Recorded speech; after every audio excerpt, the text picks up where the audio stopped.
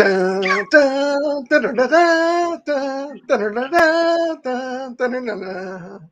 Okay, sorry. I was trying to replicate that feeling of sitting in the theater on May 19th, 1999. Hey everyone. Hope I say everyone. I don't know if anybody's here yet, but I'm sure we'll get our usual suspects coming in. I hope you guys are all doing well today. Today is a very special day. Um, and I called the stream today a celebration rather than a discussion because even though we are very much going to discuss our topic for today, it's just a celebration. It's been 25 years since the release of Star Wars Episode 1. And to commemorate this, the wonderful, I'm sure all you guys have seen this before. It's been used for the re-release and all that. But the artist, Matt Ferguson, did this amazing poster for episode 1 that I have not yet managed to purchase, but I feel like I really, really want to before it goes away, because this is just gorgeous. Right up there with maybe not in nostalgia quite yet, but in terms of like what I feel is going to be an iconic poster, right up there with the original, which I do have this poster, albeit I'm sure it's damaged by now. I've had it since 1999, and it's not in a frame, so I'm sure that means it's rolled up somewhere with some creases and what have you. But like for me, this is like, I honestly have to say, this is probably for me the iconic poster of like my whole, life as a cinephile. Yeah. And we're gonna get into like what this movie means to each of us, but like I'm just like, I'm so happy to get to talk about it and celebrate it because it's been a long road to get here. And I feel like the past few years has been about me not necessarily rediscovering my love of the movie, because I've always loved it, but rediscovering my sort of becoming comfortable with acknowledging that, because for so long I feel like, prequel fans, but especially Phantom Menace fans, were shamed into like, we either had to say, okay, yeah, it wasn't very good, or just be quiet about the fact that we absolutely love the movie. But we have come back with the vengeance. And what was raking in money at the box office? It was the Phantom Menace. So I'm very happy about that, and just the fact that I feel like we've been able to reclaim something, and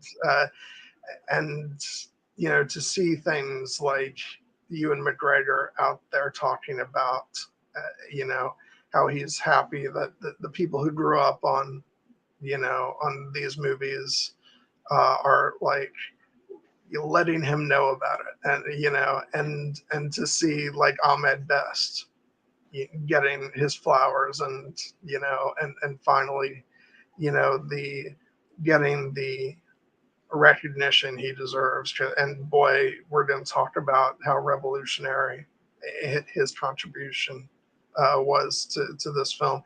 And yeah, I'm just rambling because I have a lot of different thoughts, but I'm just so happy to be here today, and I love this movie. Yeah. This I have a feeling that this is going to be one of our most ebullient streams in terms of just sheer unadulterated enthusiasm, because it really is hard to put into words just how much I adore this movie. It is, honestly, the more I reflect on it, 25 years on, it is probably the single most important and revelatory theatrical movie-going experience of my entire life. It's hard to say that when you're 10 years old, that like you're like, it's never going to get better than this. But the more I think about it, and how much this movie meant to me then and has continued to mean to me now, it just I just have so much adoration for it, and I never lost that adoration. One thing that we're ultimately going to be reflecting on this in this stream is the fact that it is hard to separate the appreciation for the artistic cinematic achievement that is Star Wars Episode 1, The Phantom Menace, from the experience and the loathsome word of discourse that echoed around it for so long. But it's also something that, for me, as we've now approached this 25th anniversary, one of honestly my single greatest joys has been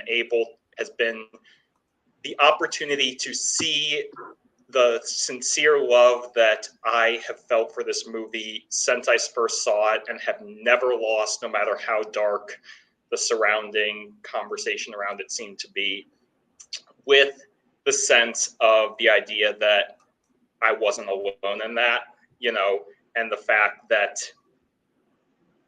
as the prequel generation, the prequel kids have found their voice in this new era, we have staked our claim that no, the minority, I would say, but the vocal, loud minority who actively tried not just to express their discontent with the movie, but to actively stamp out the love that other people had for it, they have lost.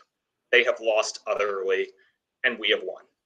I don't say that to be, triumphant, or to put anyone down who still has legitimate concerns about this movie, but to say that if your goal was ever to say this movie is bad, this movie has no value, and we will make sure that no one ever regards it in the same way again, I can say definitively that you have lost, and the prequel generation have risen up officially now to claim that this movie is beautiful and this movie matters to us, and we will always, always, always love it. So, Yeah, and I will say that, I talk about,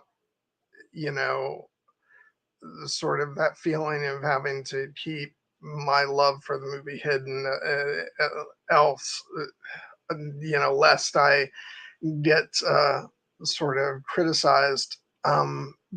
But I have to say also, I think what's allowed me to maintain this love that I've had for this movie is that sort of the backlash against this movie for me was not actually a thing until a couple of years after the film came out, because I was not on the internet when the movie came out. I mean, I'd use the internet because my best friend at the time had uh, had a computer not too long after the special editions came out, and I was amazed by the fact that they had like a personal web page with a whole bunch of Star Wars pictures, on there, and I thought that was the coolest thing ever.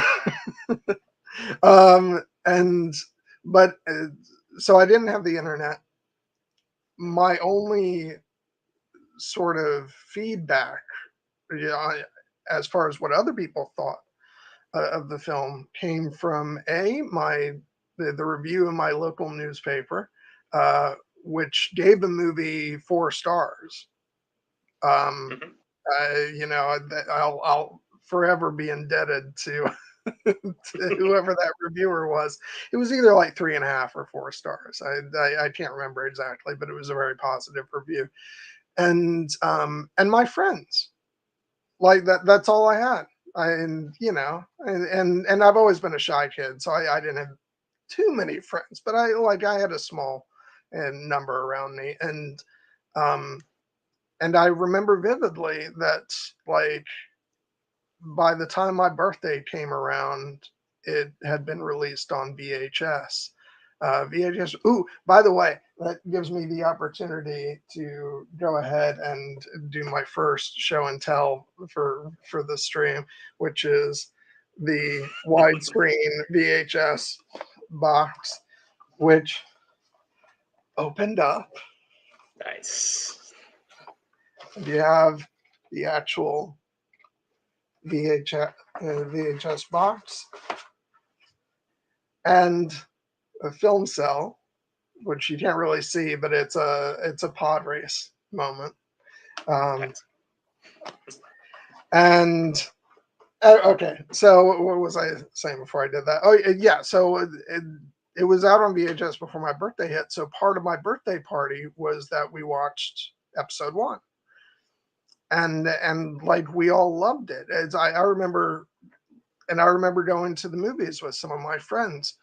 Uh, I remember one of the showings with one of my friends in particular, and I just remember like whenever I watch the movie now, in the back of my head, I have memories of like all the moments we laughed at certain parts and what have you. So like the people around me loved the movie, and to us, it was like it was the best thing ever. It was like it was the new Star Wars. Mm-hmm. And so I really did not become acquainted with the quote unquote backlash of the movie until I think two things happened. Started to get on the internet, and also Attack of the Clones started to come out. And by that point, I was working. I had a job, and so then I started to hear like feedback on episode one from other people who were not in sort of my personal circle. Um, and then I started to hear about how they didn't like it. And I'm like, and then as a shy person, I kind of like, I don't speak up and be like, but it's great. No, so I just sort of shrank away from that. And I feel like that was the beginning of, realizing that there were people who did not enjoy the movie. Uh, and so my enthusiasm for the movie was unfortunately sort of tempered down from then for a while. And it's a shame because I had such exuberant love for the film. To me, like going to see it for the first time and just that thrill of seeing like Jedi in their prime, doing their thing, and like George Lucas's digital effects unleashed. Like we saw him playing with those toys with the special editions, but then it was really cool just to see it unleashed onto a whole movie. And yeah, I just so I feel like that innate love has never really gone away, but it's only been in the past few years that I felt comfortable like saying no, like I I love this movie, and I don't want to be quiet about it anymore. Yeah, and that is one of the greatest things that you can do is just when you actually take the moment to reckon that something is important to you and you don't want to let other people silence you on that front. You know, it's a joyful experience in that way.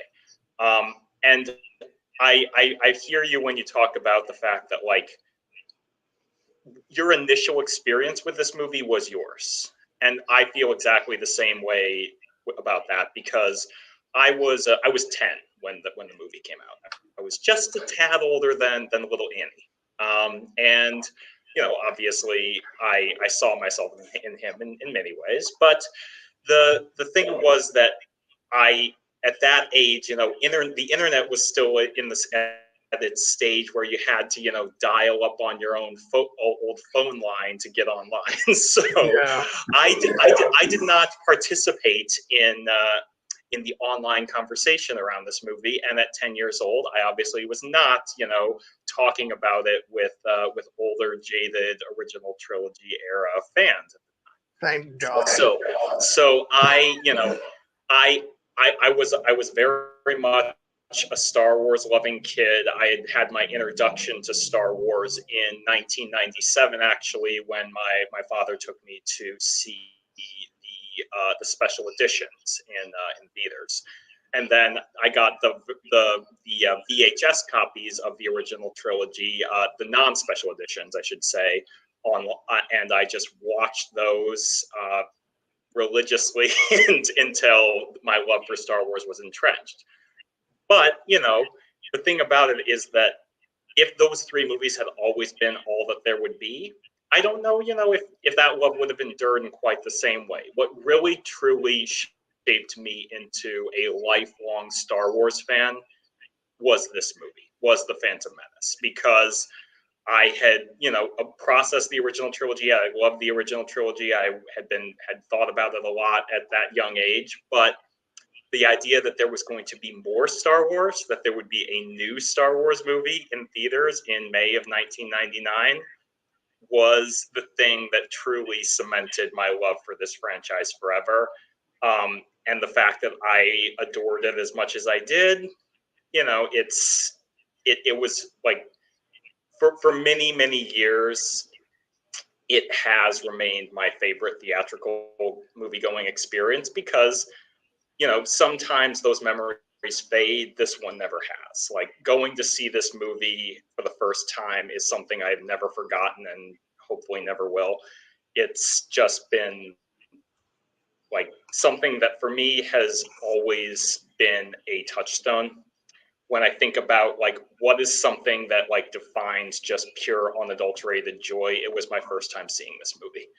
And I never lost that. You know, even during the era when I started to become more aware of the backlash around the prequels, which was probably actually more between Attack of the Clones and Revenge of the Sith, because that's when I actually started to be a little bit more online. Mm-hmm.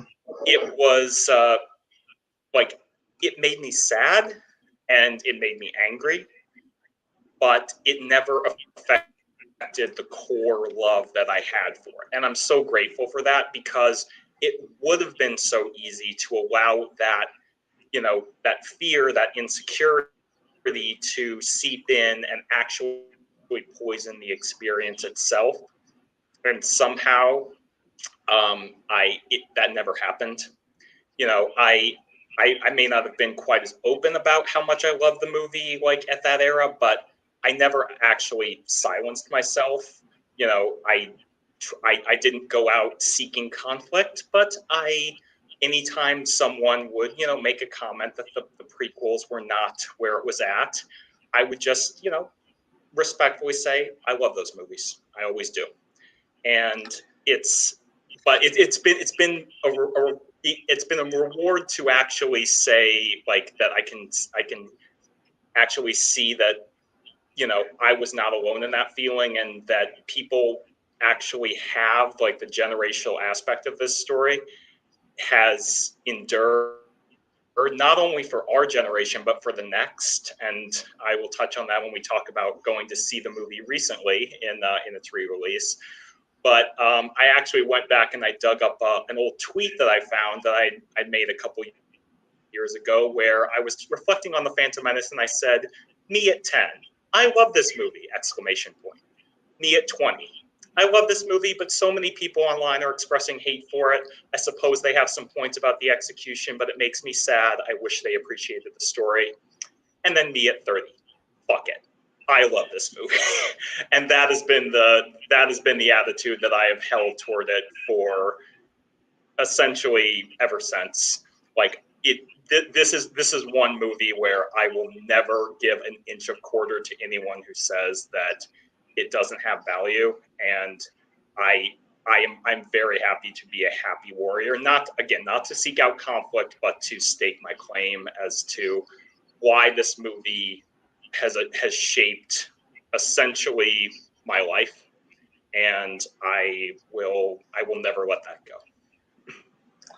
I hate to do this because we're getting to the good stuff, but I have to duck out for a second because I just realized I did not hardwire my connection today, and I've been noticing some lag. So let me take care of that real quick. I might have to duck out for a second, but I will be right back. Continue talking about your, youthful experience of episode one. I will be right back. All right. So, what I would say about my original experience with the Phantom Menace is that, when I was 10 years old and I saw it for the first time, I didn't have the same understanding that I do now about the larger cultural discourse around these types of movies. So the experience was very pure. And one of the things that I found the most just exhilarating about seeing the Phantom Menace was the fact that it was at the time, and honestly remains, one of the most revolutionary and imaginative movies that I have ever seen. It is the truth that when it comes to what George Lucas was thinking about when he wanted to make Star Wars back in the 1970s, the core ideas were always there, and he had instilled those values into the movies, and they have endured for the 45 plus years that we have had the original trilogy. But he has been open about it, the fact that the technological advancements of the time were not there. Star Wars at its original release pushed the boundaries of what was possible with movie making. And George Lucas himself, redefined what it was to actually create that level of imagination on screen.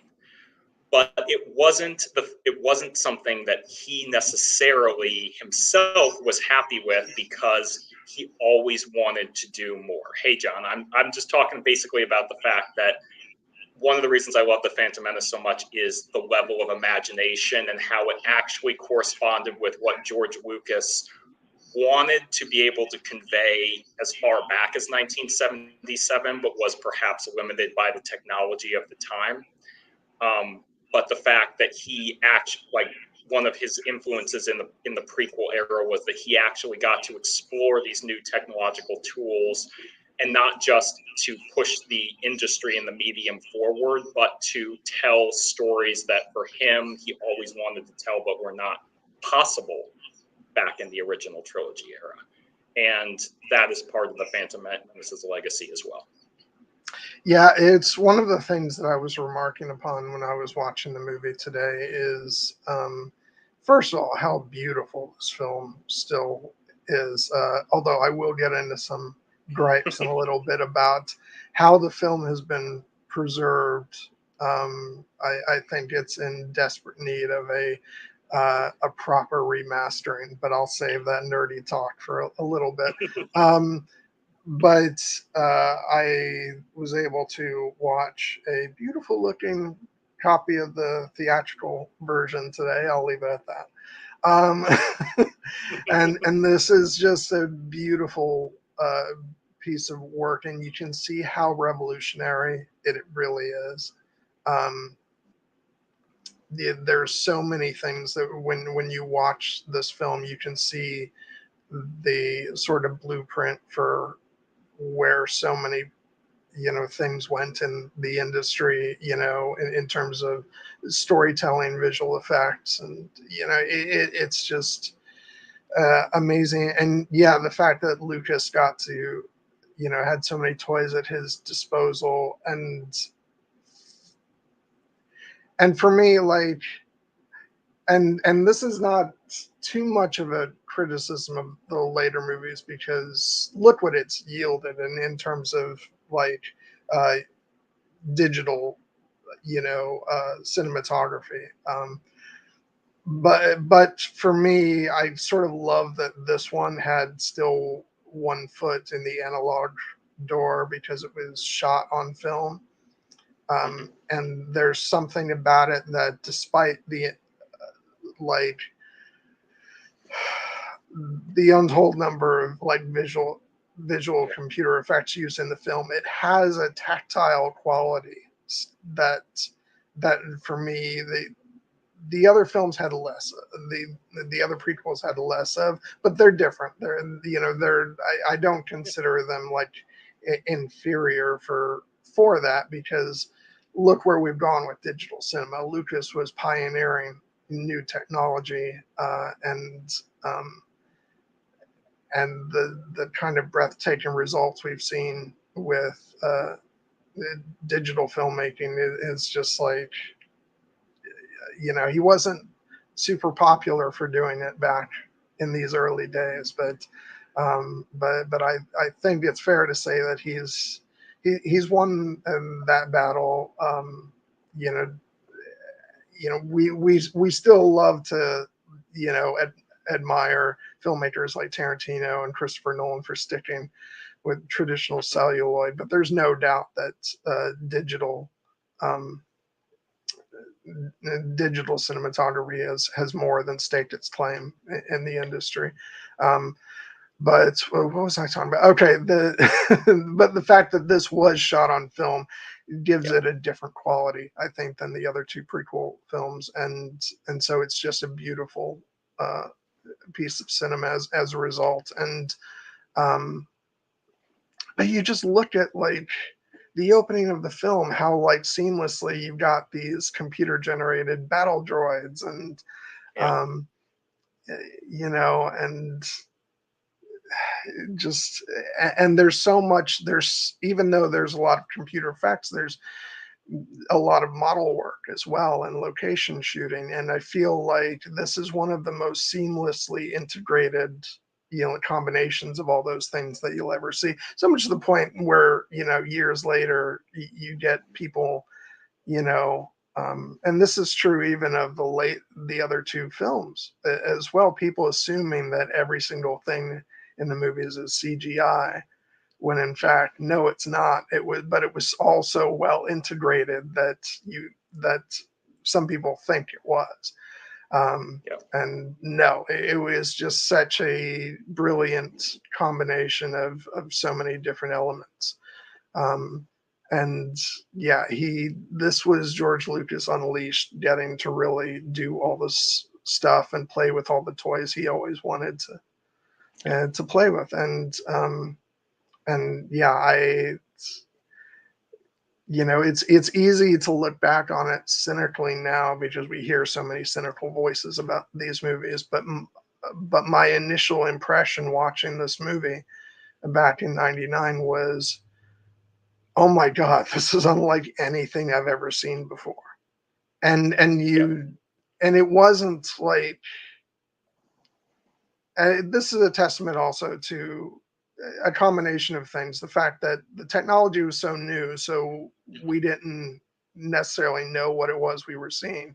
But also, I was young enough to where I wasn't looking at this like, oh, that's just done in the computer. It's like I was watching this, and Hmm. no, I was seeing these armies clash against each other. I Yeah. was seeing these ships flying through and it was just real to me. Yeah. Um, and it's a shame that my cynicism set in for Attack of the Clones, because I would love to imagine myself watching that movie, and especially the final battle on Geonosis on that film. But we'll talk about all that in a couple of weeks. But like, imagine myself being not cynical Yeah. watching all that, it would have been a completely different experience for me. So I will say, like, I'm more bitter towards like that that section of fans ruining the later films for me more than this one, Yeah. because I've always maintained that initial love for this movie, but it did have a bad effect on my experience of the later movies. But I don't want to get too sad about that. We'll discuss that when we do the later films. But yeah, this film is just looks spellbinding in so many ways. and like just like I'm just gonna put up like here's a picture from the pod race, and just look like, and this is a triumph not just of like the actual quality of the effects, but the design work. Yep. I was watching this and I was like, maybe I'd take it for granted now, but like the pod race, especially like Anakin's pod race, are like just such an amazing design. And I remember playing the episode 1 racer video game. Yes. And just like that was like living out the dream because I was actually getting the pod race. And yeah, it was just, oh man, there was so much that was just so great about those days. Speaking of the design work, I have another like geek out thing that I can show off, which is my art of the Phantom Menace hardcover book. So cool. Which, by the way, oh my God, that's the actual artwork for the shot that I just showed off. Yeah. I did not plan that. But no, it's God. Yeah, it's everybody was just like doing amazing work on this film, and the art director or production designer, one of those titles, Dud Chang, you know, just like a genius. Yes. Absolutely. And we still feel the reverberations of his design work. Like the fact that we like freaked out when we saw, you know, on the Mandalorian, like pieces of, you know, a pod racer and or the Naboo, you know, fighter, and you know, I like I've never loved that show so much as when Din got his new ship, and it was the Naboo fighter. I was like, oh my God, this is just it's speaking to me so much. Yeah. I have a vivid memory of not only that episode, but of us discussing that episode over on the old Here Be Dragons channel. And there was a word for it. It can be defined in a single word, and that word is wizard. I just and just in terms of what you were talking about with the design and the filmmaking, it's just remarkable to me just how enduring all those designs have been, because it's, you know, they become so enmeshed in what Star Wars is. You know, for the most part, when people think about like what's something that comes to your mind when you think of Star Wars, you know, you're going to think of certain iconic silhouettes. You're going to think of R2-D2 and C-3PO. You're going to think of Yoda. You're going to think of Darth Vader's helmet. You're going to think of X-Wings and TIE fighters, the Death Star. All of that is the original trilogy aesthetic. And, you know, but what's remarkable about the Phantom Menace is that it introduced so many new designs that over time have become, in my mind, equally synonymous with Star Wars. You know, and it's really hard to overstate just how monumental of an achievement that was. You know, the idea, the pod racers, the Naboo starships, the Darth Maul, its entire aesthetic, the double bladed lightsaber, Coruscant, like I could go on and on and on. All of that comes from this movie. And it was a feat of imagination that was realized by a beautiful combination of not only the advanced digital effects that were now possible in this era, but also practical model making. You know, it's now become a well-cited statistic that, you know, the Phantom Menace actually has more practical effects at the time than any of the original trilogy movies, despite the fact that people thought it was all CGI. Obviously, there is the fact that like it is the home to the first ever fully digitally rendered character in film history in Jar Jar Binks, as portrayed by Ahmed Best. And it's also the fact that it's the first chapter. Which wait, can I just pause and say, I love this amazing, you know, this amazing character. I am a huge Jar Jar fan. I have been from day one. And one of the things that I was remarking upon watching the movie today was like the minute he's steps on screen and he's interacting with Liam Neeson and Ewan McGregor, I just like I like every time I watch the scene, like I'm not even like I'm paying attention to the story and like I'm understanding like the dialogue that's going on between characters, but so much of my frame of mind is remembering what I was thinking when this amazing creation like first stepped onto the screen. I just remember being like, oh my God, how is that possible? And and it's just like this, like I'm sorry folks, like everybody always says like as far as like early CG characters like Gollum, you know, it was, you know, a breakthrough, which he was. And God, you're not going to have to twist my arm to acknowledge that. You guys know how I am about everything Lord of the Rings. But this was the breakthrough right here. You know, you don't have Jar Jar, you don't have Gollum, you don't have everything that James Cameron did in the Avatar films, which regardless of how you feel about the overall quality of those films, I happen to really enjoy them. But like from a technology standpoint, you have to acknowledge how like amazing they are, and you never get there without Jar Jar. And and as a, you know, I was a 15-year-old kid, you were younger. I was just in love with this character the moment he stepped on screen. I thought he was hilarious. I thought he had a levity to the movie. I just really enjoyed his interactions with the characters. There's moments later on when that I'd still laugh my butt off when Anakin is finishing up the pod racer and he's like, "Hey, Jar Jar, don't get your hand stuck in the energy binder. If it gets caught in there, it's going to go numb for hours." And he's like, "Okay." And, and then he gets his head stuck in there, and just the physical comedy is just so, and it just ends with that tongue out and that thumbs up. Hey, and just like to the younger audience, especially like that, it was just such an integral part of the movie. Just, you know, being the comic relief, but also like he plays such an important part in the film. And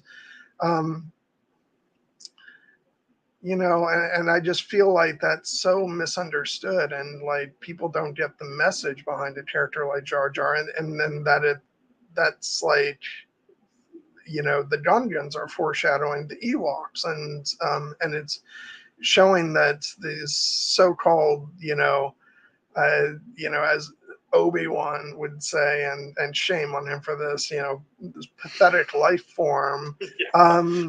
It's like, no, like we're all important. We all have our part to play, and you know, and characters like the Gungans and the Ewoks. These are the hobbits of this story. You know, this, you know, race of beings that's like undervalued.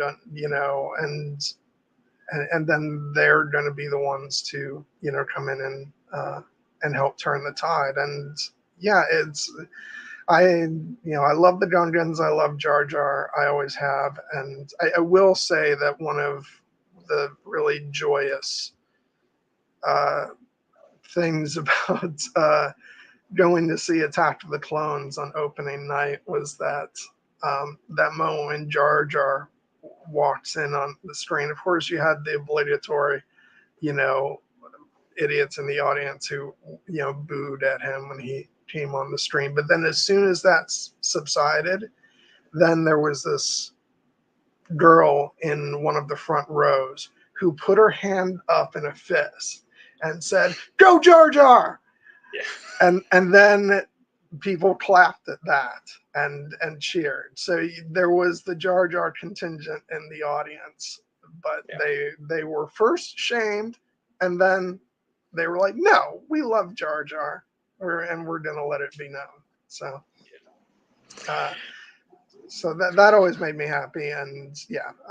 So I just wanted to, as long as we were mentioning Jar Jar, just give like the character due credit, and Ahmed Best, who Yeah. never deserved the hate that was thrown his way. And even if you hated Jar Jar, like none of that should have been laid at the feet of Ahmed Best, who just did an absolutely incredible job. And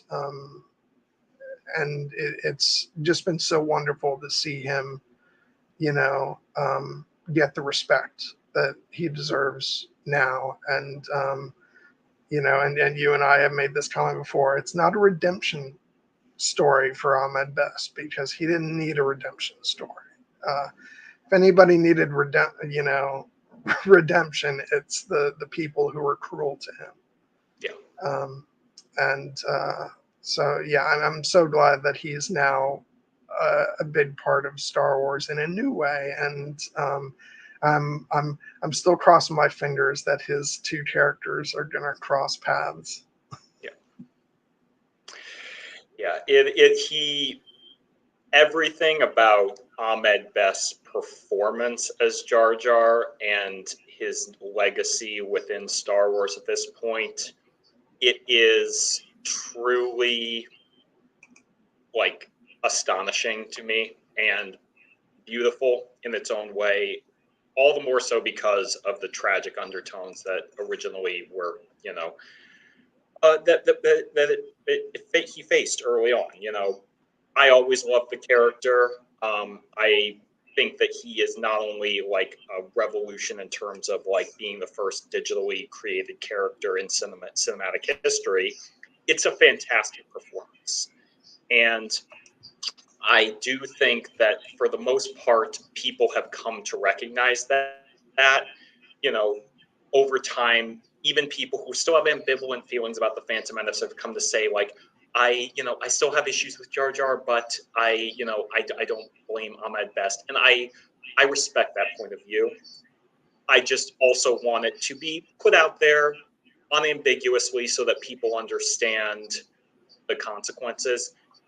The treatment that Ahmed Best received for his performance as Jar Jar in the early aftermath of the Phantom Menace nearly drove him to end his own life. And people can, try to equivocate that or brush it under the rug. It is a fact. He has talked about it openly. And if that had actually happened, if he had taken his own life because of the treatment that he had received, that would have been one of the greatest tragedies I can ever think of in regards to, movie making and Star Wars in general. It might have actually broken my relationship with the franchise because I've always loved Star Wars. The closest I have ever come to thinking perhaps I do not want to be a Star Wars fan was when I fully came to understand just the way that a certain small segment of the fan base had treated Ahmed Best and Jake Lloyd, but particularly Ahmed Best, a black actor who was doing what was asked of him by George Lucas with this role and put his heart and soul into it and was very enthusiastic about it, and then was met with treatment that no human being should ever have to face. And he would have been well within his rights to wash his hands of Star Wars entirely, because what he suffered at the hands of a certain ugly, malicious segment of the fandom was unforgivable. And the fact that he has been willing in recent years to come back to the franchise, to reclaim his place in it, to reestablish a connection with the fans who were, my age and yours, who loved the character. That is a gift that we did not necessarily ever think that we would be deserving of, because again, he would have been well within his rights to walk away. But the fact that he did come back, the fact that he is still alive, that he chose to live, that he decided to, not only, acknowledge the role that he played in the Phantom Menace and its importance, but to embrace it as he has again, is just beautiful beyond words, because he is brilliant. You know, he is a brilliant performer, and one of the things that has made me the happiest over the past several years as a Star Wars fan is seeing him get that recognition that he was always deserving of. You mentioned again, as we've said, that like he never needed redemption. The Star Wars fans who treated him abysmally and hatefully are the ones who are in need of redemption. And to be honest, I don't know if they're deserving of it. Only Ahmed Best can make that decision.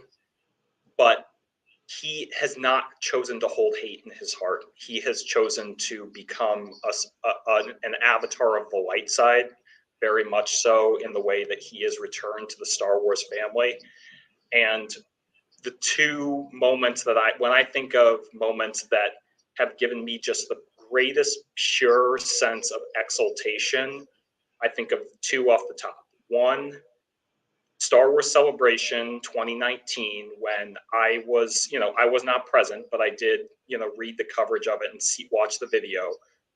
When he returned to Star Wars Celebration and got a standing ovation from the fans in the crowd, it makes me choked up to think about it to this day. And the fact that, he is able to embrace that love directly because he did choose to live and he did choose to return to Star Wars, and that he gets that sense of vindication and knowing that your work mattered and it always mattered. And, we love you, Ahmed. It means so much. And then the other moment is the one that we touched on in when we talked about The Mandalorian season 3 over on Here Be Dragons, which is the moment when he came back to Star Wars, not just as Jar Jar, but as Kelleran Beck. Because as much as we love, Ahmed Best, like he, we don't see his face on screen as Jar Jar. That's the design of the character. The fact that he got to come back to Star Wars as himself, and we got to see his face, and he actually got to play a essential role in that show as a new character. Again, that is a gift that I never thought that we would be able to say that we received, but we have. And it's because Ahmed has been a paragon of, of the light side in the way that he has chosen to return to Star Wars. And it means the world to me to see him get that recognition. And again, if someone still has, ambivalent feelings towards Jar Jar specifically as a character, as I know that some of our friends do, I know that there has been controversy, for instance, about, the voice and, the way it evokes certain stereotypes that are probably not the greatest. I understand that. But I will never give any quarter to anyone who ever tries to justify the way that Ahmed himself was treated, because it was horrific. And the fact that he overcame it is a testament to his strength of character. And again, the fact that we as a Star Wars fandom still have Ahmed Best in our lives, we should always be grateful for that, because it was not a given. Yeah. Well said. And and it's one of those things where I'm so happy I was apart from all that discussion, when I just saw the film, because I just got to enjoy this character that I loved. And years after, it was very disheartening just to see, what he had gone through. And a lot of people are talking about Jake Lloyd as well. Just like there's an ugly side to this fandom, which, in my opinion, has just gotten even worse over the years. Where I'm trying not to focus on that too much on the stream, because they don't deserve the recognition. But yeah, it's it's one of those things where, you know, whether we're talking Star Wars or not, it's one of the things that we do on this channel is embrace the light side. Um, and, uh, and, you know, we love these guys, and I know that Jake Lloyd has a lot of other stuff going on in his life that's not necessarily directly connected to Star Wars experiences, but I hope that, that he's able to find you know peace, and and if he so desires, you know I'd love at some later point if he wants to come back. Not necessarily, I mean, I would love to see him have some kind of part in some future Star Wars thing, but just to be back in like having conversations with fans. Uh, because if he wants that, because there's a lot of love for him. I was again watching today, and one of the things that came back to me was how much I love I love this kid in this movie. He's like, I know he did a lot of criticism over the years, but like, he does exactly what he's meant to do in this film, and he's got a lot of like really fun moments. Like I talked about me and my friend chuckling at certain lines in the movie when we saw it, and one of those moments that I remember is, uh, and when Anakin's talking to Padme in that first scene, and I forget the exact lines, but within the space of like 30 seconds, he says two things that end with "I think," and it's just like the comedic timing is just really good. I just I I adore him. I adore Ahmed Best. I adore this whole stinking cast, uh, I'm glad Ahmed Best has found his way, back to Star Wars in a positive way, and has been embraced by fans. And I hope nothing but the best for Jake Lloyd as well, because he certainly deserves it. Yeah, and Jake Lloyd, in specifically, the fact that he was 9, 10 years old when this movie came out and all was also subjected to similar treatment is, heinous. I will say that there was a recent article by the journalist Clayton Sandell for Scripps News where he actually did track down Jake Lloyd's mother, Lisa Riley, and kind of gave her the opportunity to set the record straight, in the sense that Jake Lloyd, the treatment he received from Star Wars fans was horrific, but his mother is frankly an angel on this earth for the way that she helped shield him from it. And much of what Jake Lloyd has gone through in his life is the fact that he has, unfortunately, as it is revealed in the article, he suffers from paranoid schizophrenia, and that probably would have affected his life irrespective of whether or not he was in Star Wars.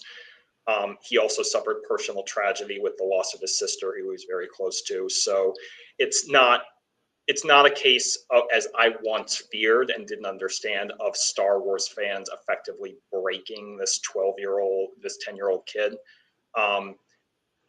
But that doesn't excuse the way that he was also received. It's again a testament to the fact that his mother protected him from a lot of that, and he's gone on to he is still struggling with that battle. He probably will for the rest of his life, but he's hopefully in a better place because his mother revealed in that article that he still loves Star Wars. He still watches it, and that just made me feel so relieved, because again, he also would have been well within his rights to walk away. And I hope that at some point he might be able to return and get the similar fandom reception to that Ahmed Best had, like a standing ovation on the Star Wars Celebration stage.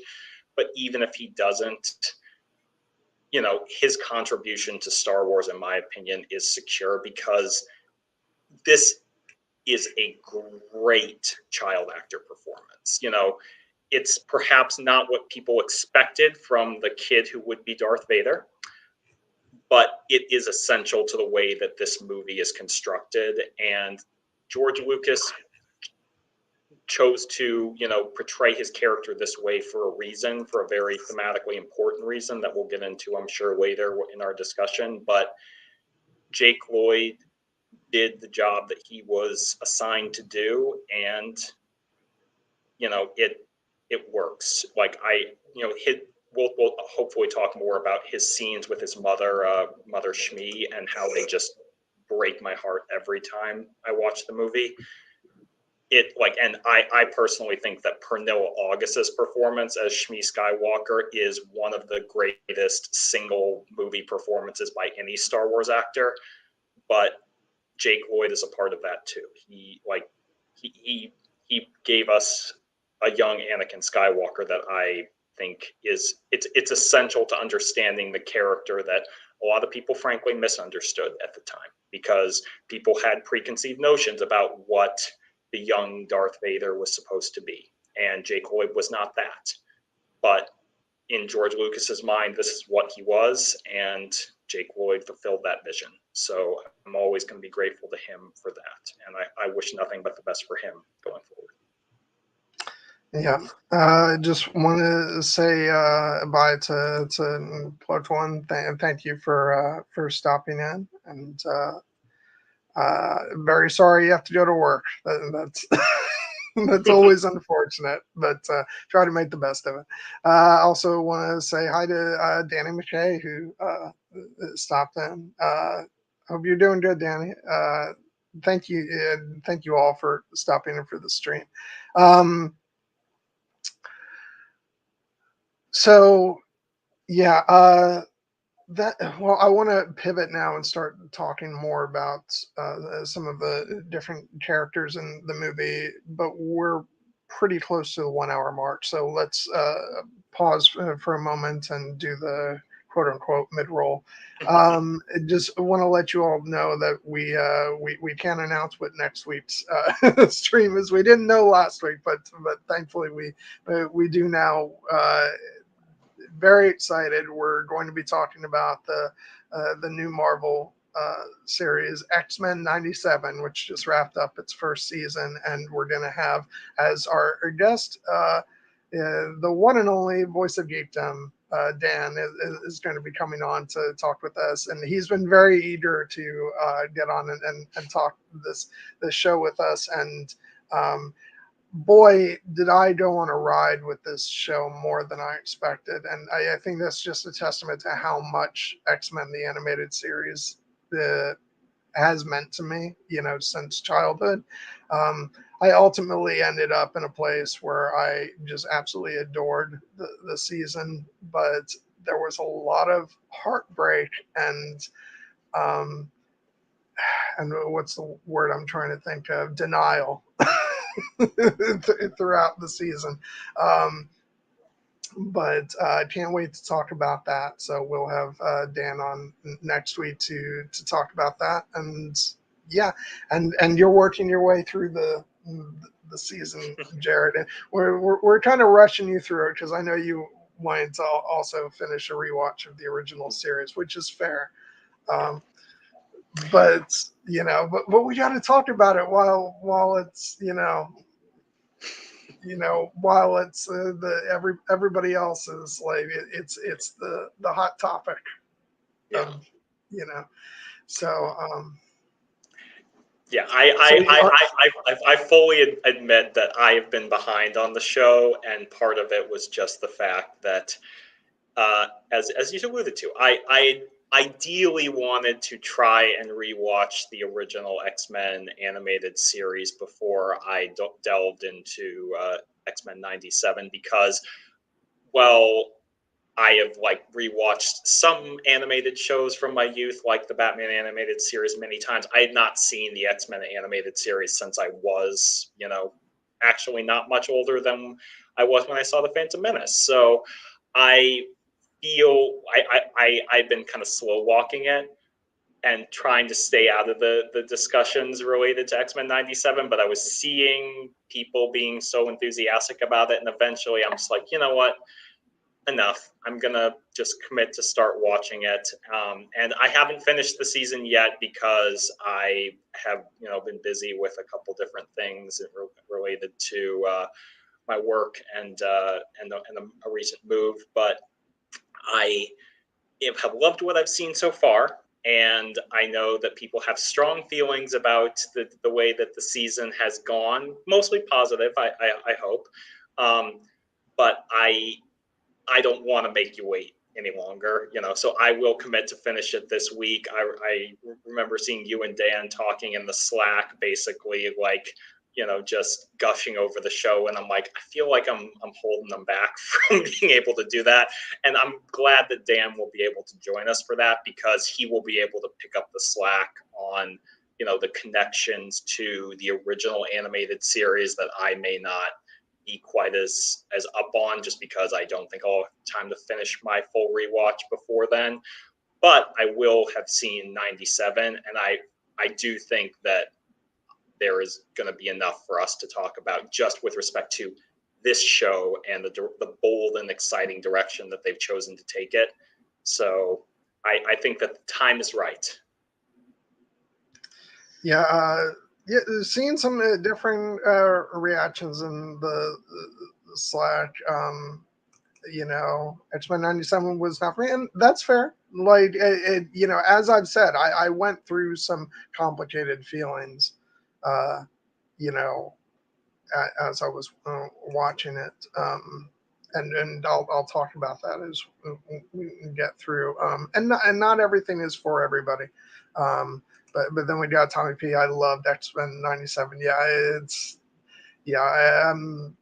I think a lot of people really did love this, and for me, it's like it's been very surreal watching this iteration of the X-Men, like, come back with a vengeance, and also be like, and it was always one of my favorite. The original animated series was always one of my favorite things, but to watch those versions of the characters become sort of like central, like big time, like Marvel, like this is Disney's, like this is Disney Marvel's first X-Men project. And just the fact that it was this, and like I had so many fears about, what are they going to do with the X-Men. I was actually a really big fan of the Fox X-Men films, and so my initial fear, I remember, was like, they're just going to erase everything that happened over the last 25 years, and not acknowledge any of it. Not only was that not true, we're getting Deadpool and Wolverine, in July, and we've gotten other things to acknowledge the Fox films, like, Beast's amazing appearance, at the end of Captain Marvel, Professor X, and Doctor Strange and the Multiverse of Madness. But like Deadpool and Wolverine is going to be steeped in, in the legacy of those films. But the fact that their first official full-on X-Men project is bringing back the animated series, uh, theme music and all, like I never could have anticipated that. And to see it done in this way, where it's like, it was a show that was suitable for us when, when I was a kid, and now I'm an adult, and so now this show is speaking to me as an adult, and and I'm hard pressed to think of anything like this. But and that's also part of why I kind of struggled with some parts of it initially. Um, midway through the season, people who've seen the middle of the season know what I'm talking about. But it's just, I never thought I'd see something like this with these characters, and it's just such an amazing thing, and so I can't wait to talk about it. It's going to be great, and and to be honest, like, Obviously some articles came out about the show and were like, this is Marvel getting people, warmed up for their new version of the X-Men in live action. I'm like, no, this isn't a warm up. This is the main show. What are you talking about? And I'm just so happy the show is done as well as it has. And we're gonna have a blast talking about it next week. And I will say I did have the chance to finish my rewatch, which I fast tracked because initially I was watching the season without doing the rewatch, and then I was like, oh, but I want to get like the full experience. So I think it was like after the 7th episode, I was like, all right, let me press pause on this and like just speed through my rewatch of the original show. And I was happy I did that, but still, no, Dan and I will be able to make up for whatever you don't get to before then. But yeah, so that's going to be fun. And then the week after, we're going to be returning to Star Wars, talking about the second film in the prequel trilogy, Attack of the Clones, which is going to be really interesting to talk about in the aftermath of like the Bad Batch, and so much that happened in that series, and especially with the Kaminoans and all that stuff. It's going to be fun talking about that.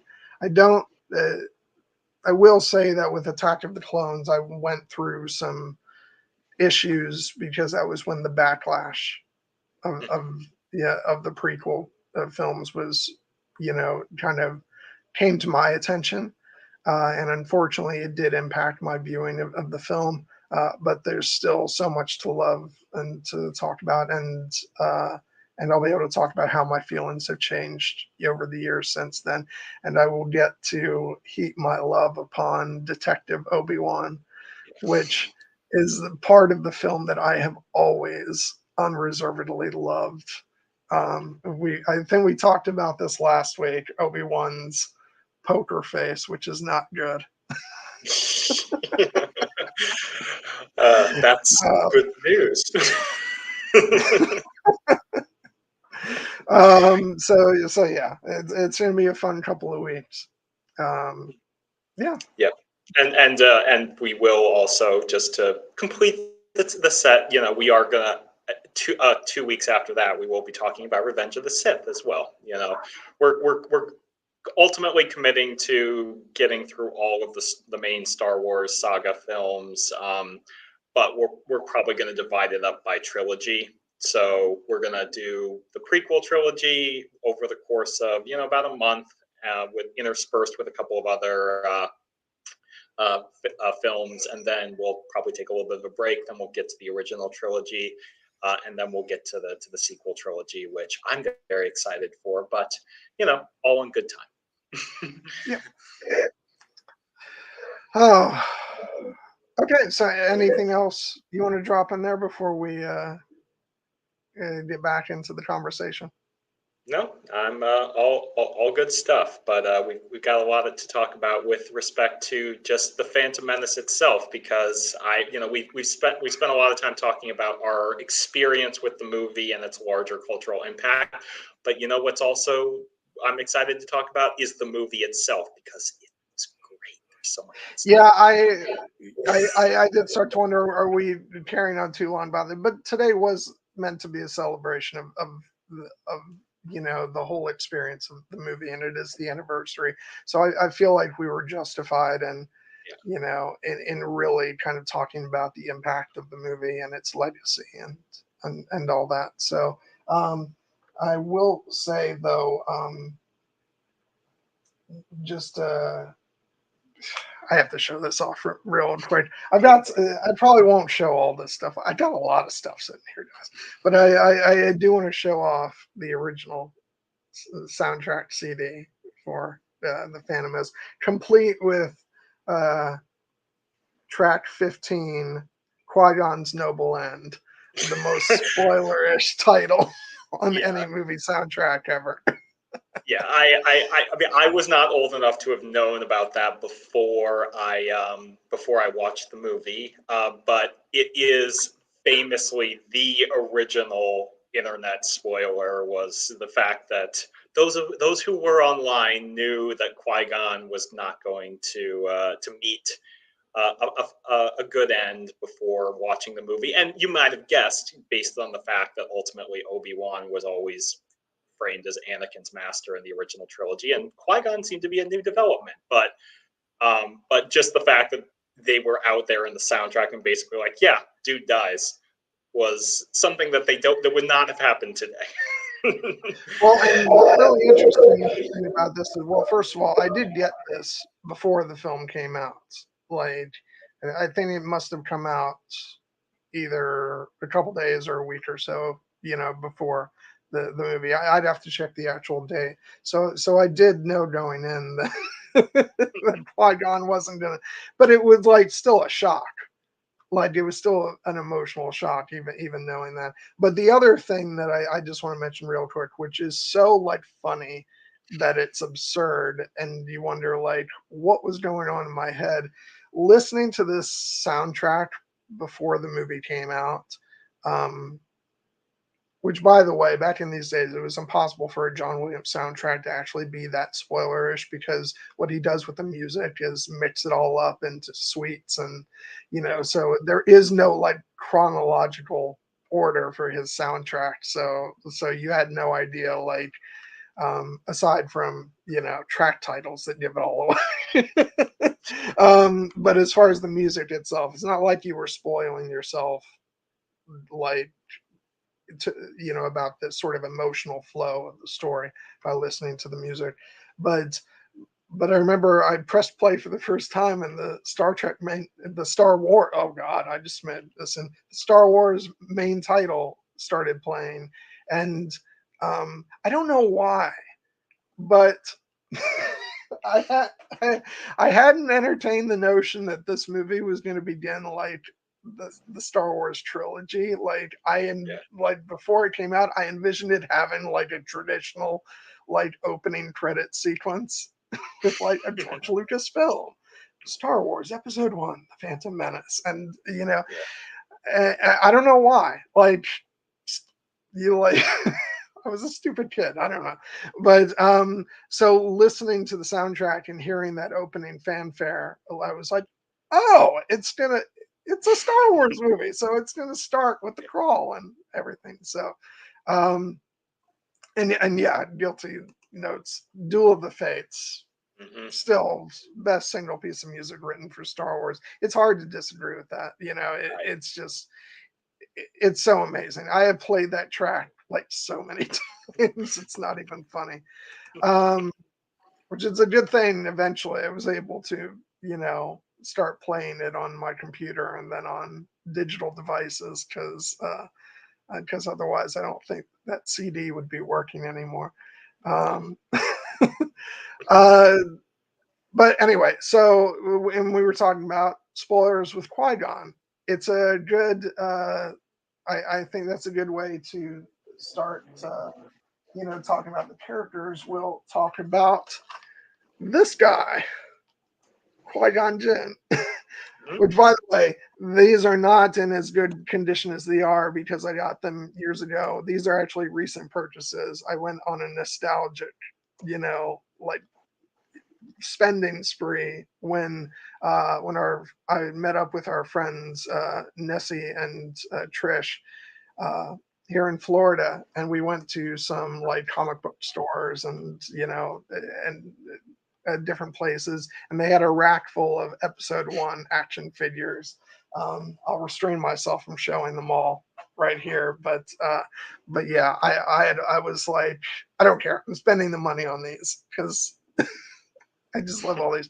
So Qui Gon Jinn. Let's start with talking about Liam Neeson playing the ultimate Jedi Master. He is like Qui Gon is the reason why I love this film so damn much. Like he is just like if Ahsoka hadn't come along, Qui-Gon would still be like my all-time favorite Star Wars character. And honestly, it depends on like what's the last thing I watched. Um, because right now I'm really feeling I'm really feeling like my love for Qui-Gon Jinn. And yeah, it's funny. I think knowing that he was cast as Qui-Gon was my introduction to Liam Neeson, but I saw him first in the 1998 film Les Miserables with him and Jeffrey Rush, which, if any of you haven't seen that film, just see it for the two of them alone. Like Liam Neeson and Jeffrey Rush as Jean Valjean and Inspector Javert, like that is dream casting. And so like that's one of my favorite movies just for those two. So I became a Liam Neeson fan like in the build up to episode 1, and just for me he is like the quintessential Jedi Knight. And I think he's like who we want the Jedi at large to be. Yeah. The Jedi, they have their faults, to be sure, but they're trying to do good. But I feel like Qui-Gon is the one that has his eye on the ball, and like he's thinking about the bigger picture of things, but he's also the one who's very concerned with like helping people, and not overlooking you know uh, the people that you might overlook at first glance. And uh, yeah, and I just love him as a character so much. Yeah. Yeah, he is. I think you said like the quintessential Jedi. He represents in many ways kind of I think what a lot of people originally thought the Jedi should be in their most idealistic sense, because one of the elements of this movie that was controversial at the time of its release but has since become an important touchstone for the entire saga is the fact that the Jedi Order is a very flawed institution.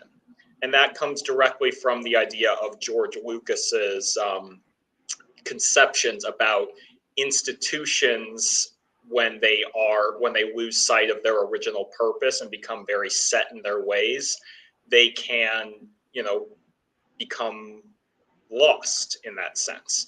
And the Jedi kind of reflect that, as does the larger Galactic Republic in these prequel films. And I know that some people had strong feelings about seeing the Jedi framed in that light when this movie originally came out. But I would say that that's the point. And even though George Lucas, by his very design, depicted the Jedi Order as flawed and an institution that would ultimately fall due to the machinations of the Sith, as well as their own hubris, he never, not once, has said that the Jedi philosophy and the Jedi themselves were a misguided entity. And the reason for that is that the Order may have, lost its way, but there are Jedi who embody what is true and good about the Jedi philosophy. And a defining example of that in this movie and throughout the prequel trilogy is Qui-Gon Jinn. He is very much the Jedi as they should be. As Ahsoka also comes in, and I personally feel that Rey comes to embody this, in the sequel trilogy as well, and Luke in the original trilogy. Qui-Gon is a Jedi who is in tune with what has been defined in Star Wars canon as the living force. In George Lucas's conception of it, the force is actually kind of two entities that kind of feed into each other: the living force and the cosmic force. The living force being the force that is what Yoda is defined in The Empire Strikes Back, the idea of like generated by life, binding everyone together. and then the cosmic force is kind of the more like, eternal aspect of the force. But Qui-Gon is very in tune with what he calls the living force, and that is because he is very cognizant of the way that his actions and being in the present moment can shape his life and the lives of those around him for good. There's a quote that doesn't come from this movie, but is actually from a book that an author, Claudia Gray, had written for a book, Master and Apprentice, that really kind of sums up Qui-Gon's philosophy, where he says that if it matters which side we choose, even if there will never be more light than darkness, even if there can be no more joy in the galaxy than there is pain, for every action we undertake, for every word we speak, for every life we touch, it matters. I don't turn towards the light because it means someday I'll win some sort of cosmic game. I turn toward it because it is the light. And that is, even though that, comes later after this movie, that is a perfect distillation of Qui-Gon's philosophy. Some of his most important quotes in this movie, always remember your focus determines your reality. And then remember, concentrate on the moment, feel, don't think, use your instincts. When he tells Obi-Wan, be mindful of the living force, not if you don't allow your anxieties to be centered elsewhere. All of that is him being cognizant of his presence in this moment and the influence that he can have and the power that he can wield. Because he is ultimately just a good person, a good Jedi, and very compassionate, but also, very measured in his recognition of what it means to have the power of a Jedi. And he is not a perfect character by any means, but he is ultimately a distillation of what it means to actually be in tune with, as he says, the living force. And I think that perspective is essential. In many ways, people talk about who the protagonist of this movie is. I tend to lean more towards it being Padme, as we'll discuss, but I do think that there is a very strong argument that Qui-Gon could be considered the protagonist of this movie as well, because it is ultimately his perspective that kind of shapes the overall story and his belief in Anakin. And I think that the fact that he ultimately meets his end in this movie means that he could have just been like kind of a one-off kind of character, especially because, as we know, ultimately Anakin will go on to be trained by Qui-Gon's apprentice Obi-Wan. But Qui-Gon's influence lingers over the entire saga. And one of the triumphs of his design as a character is, even though he famously was not mentioned or referenced in the original trilogy, now when I watch those movies, I can see Qui-Gon's influence over the shape of the story. And I think that is a testament to what an enduring character that George Lucas created and was brought to life with just absolutely powerful resonance by Liam Neeson. Which, by the way, can I just say, like, this right here is one of my favorite shots in the entire saga, and it's literally just Liam Neeson holding a lightsaber. But like everything, like from the character himself to the design of the character, his performance, just like it's just so great. And yeah, that's one of the, yes, he's not mentioned in the original trilogy. This is like, and it's one of my gripes with,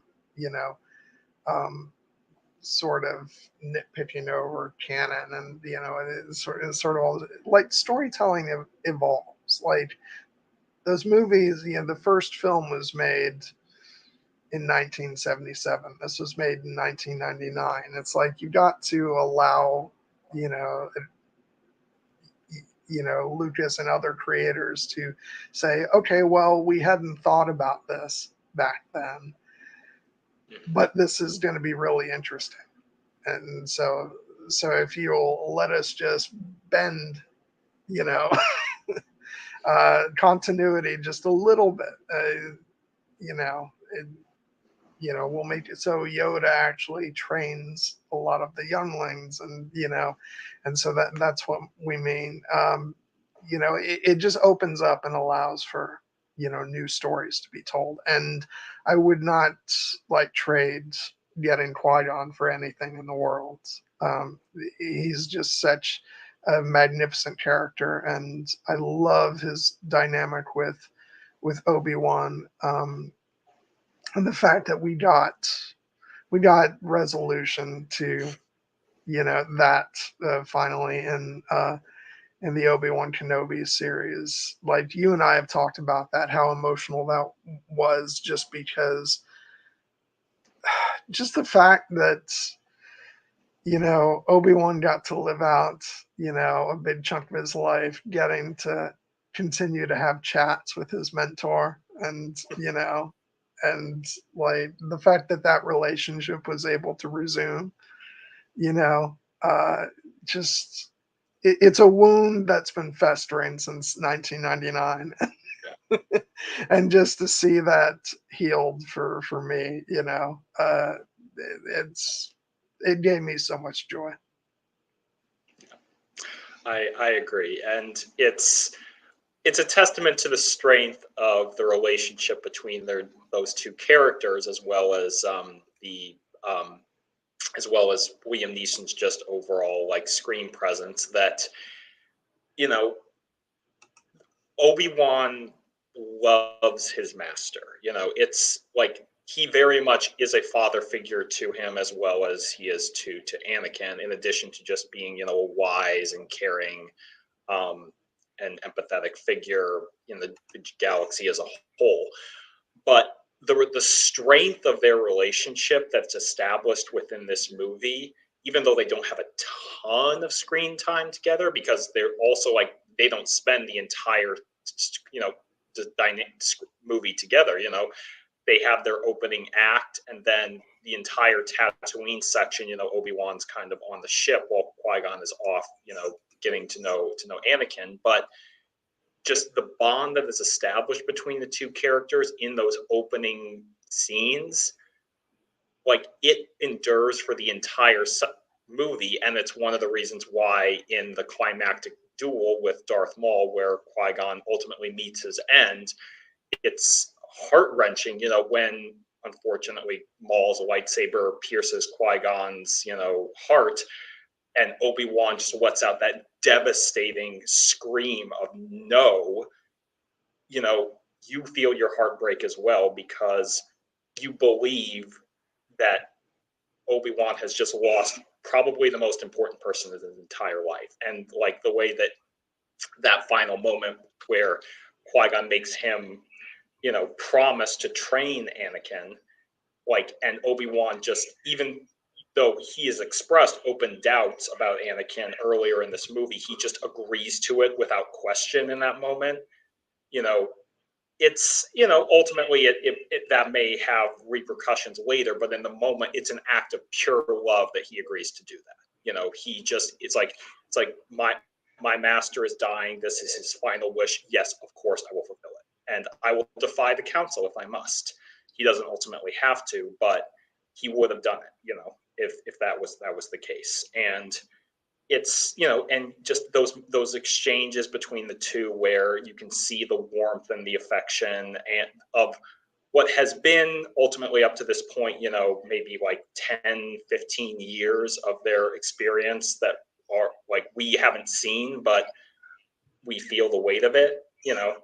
It's just great acting between Liam Neeson and Ewan McGregor. Yeah, it's the fact that it's so many little moments throughout, and you're right, they're apart for a nice big chunk of this movie, but the fact that they really sell in all the moments they are together, this bond between master and apprentice, which is why it's so interesting to go back and like read later books and see how fraught their you know relationship was initially. And but also what sells so much of it too, I think, is, you mentioned Obi-Wan's, stream of agony when Qui-Gon uh is wounded. I feel like there's so much done in the duel of the fates. Like, yes, it's an incredible action sequence, but there's actually so much amazing acting going on throughout that whole fight. And especially once they get to, the final stage of the fight with like the energy walls and, all that, you really see the desperation on the faces of like both Qui-Gon and Obi-Wan. And when Obi-Wan sees his master cut down, and and first there's that agony, and then there's just that anger that he's having to like keep in check, because of course he's a Jedi, but you can see it boiling there, and he cannot wait to get through there, and and take on Maul. And I think it's, for me, like, that's when Obi-Wan crosses from being like a supporting character Mhm. to then he becomes a main focus. Yeah. It's the loss of his master, and and then the fact that that's the moment where he doesn't know it yet, but the training of Anakin is going to fall to him, and so he steps into a central role in this story. Yeah. Um, and I feel like so much of the love and affection that we feel for Obi-Wan as a character really starts there. We like Ewan McGregor's take on Obi-Wan throughout the film, and he does a great job, but it's just that's where it all comes alive, and that's where we become so emotionally connected to this character who has just lost his master and is taking on this, Sith apprentice who, and he's the first one to defeat the Sith, and you know in a millennia. And uh and yeah, it's just, that's why Maul coming back in the Clone Wars is like Yeah. such a big deal, because this is really the defining moment for Obi-Wan. This is where Yeah. he becomes Obi-Wan Kenobi, you know, and uh, and yeah, I just think it's so brilliant. I love his performance through that. I mean, that's what makes that final stage of the Mhm. battle so intense, is this, like, these two opponents who just can't wait to go at each other.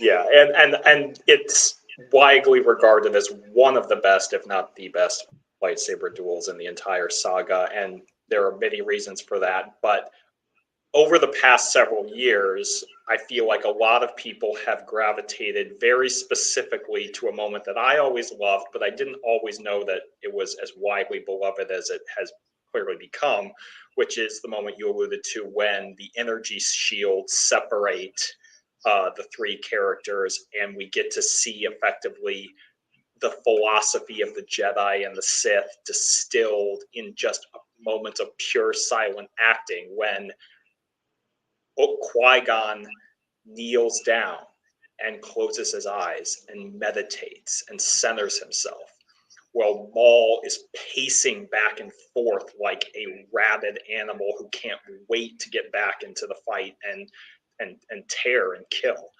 And then Obi-Wan is just kind of full of this nervous energy where he is like dancing with the the eagerness to get back into the fight, to do the right thing, to help his master to defeat this evil. And it's that kind of same sense of energy that when he sees Qui-Gon cut down, he rushes into fight Maul with that same energy, and he can't focus it, and Maul bests him and could have killed him in that moment. But when Obi-Wan gets the chance to recenter himself and take the more Qui-Gon approach, that's when he defeats Maul. And it's played out without any dialogue. It's so good. And this is like, and that's George Lucas's whole thing. It's Yeah, like to him, these are, you know, he always calls, you know, the movies silent films because yeah, it's like it's about the visuals and the music. And yes, some people could sort of, you know, criticize that, and but like, but when you consider the marriage of visuals and music and how well it works, like you can't fault him for that. He just he I hate that I always say it's so amazing, but it is. And I do think that that moment is, you know, I'm glad you talked about the fact that Obi-Wan doesn't really, you know, he can't win the fight until he recenters himself. He just, I think that that may be the closest that Obi-Wan comes to flirting with the dark side.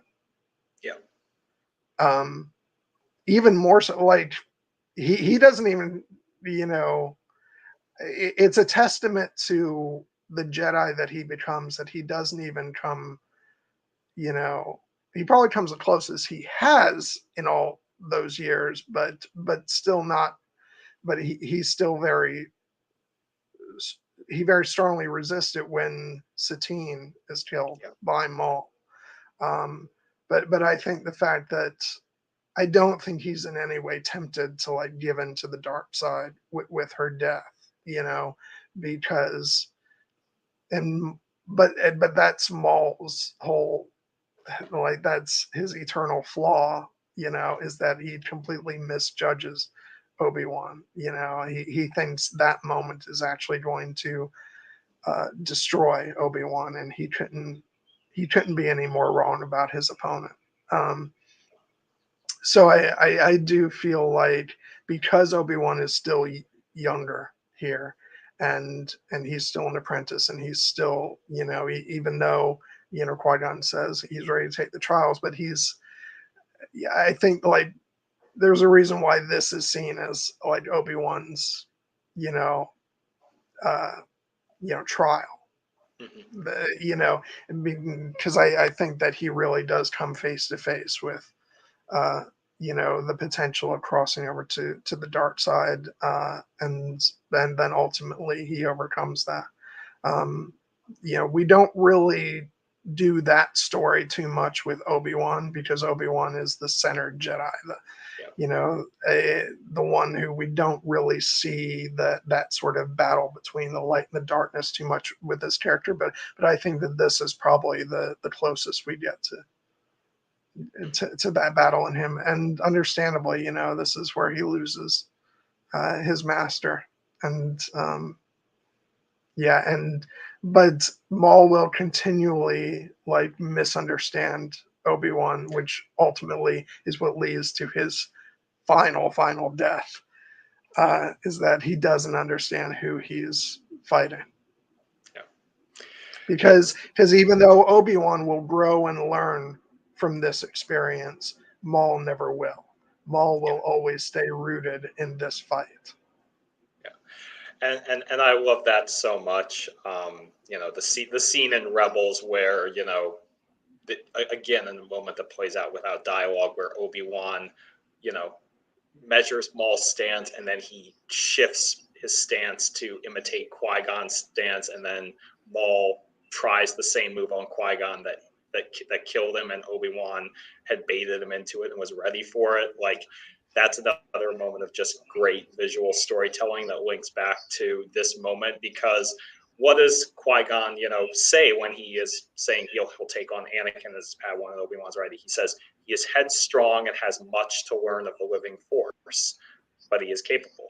And we see that headstrong nature in that moment where Obi-Wan rushes in to try and avenge his master. As I agree, like that is the closest he comes to, you know, the dark side.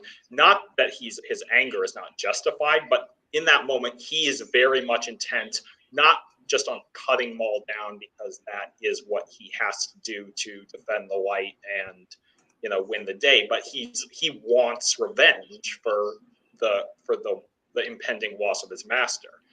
But the moment where he gets to, you know, recenter himself, to connect with the living force, born of a moment of desperation, that is a lesson that he learns that he will carry forward with him for the rest of his life. And you're absolutely right. Like, we see Obi-Wan suffer immensely throughout both the remaining prequel films, with the loss of Anakin to the dark side, with the loss of the Jedi Order and the Republic he served. We also, in the Clone Wars, with the loss of the love of his life in Satine at Maul's hands.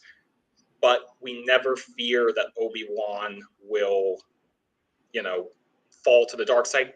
Yes, because we know that he doesn't from the original trilogy, but also because he has been through that trial. He has been through that fire and he passed. And while that's not a guarantee that he would never fall again, like, it's the strength of his character in this moment that we see, that is why we believe, oh yeah, he wouldn't do that. He will not lose that perspective again. He will remain a true servant of the light side, even when he loses hope, as we see in the Obi-Wan Kenobi series. That is a battle. That is a battle.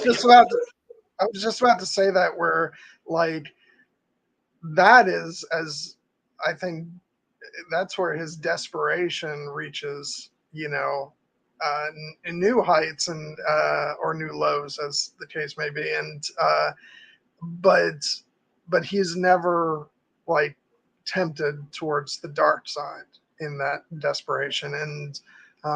And that's just, like, that speaks so much to his character, as you say, and his strength of will, and his innate goodness.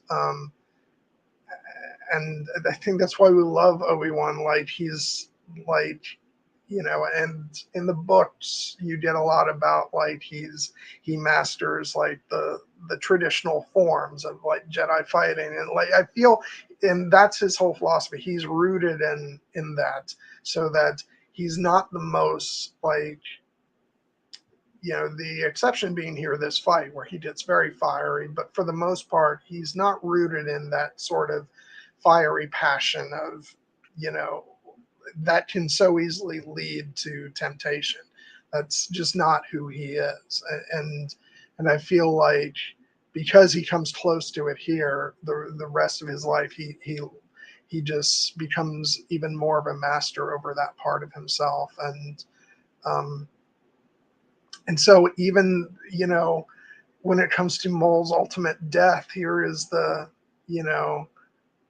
being who murdered, both his master and the love of his life, and he has nothing but sympathy and pity for him in his final moments.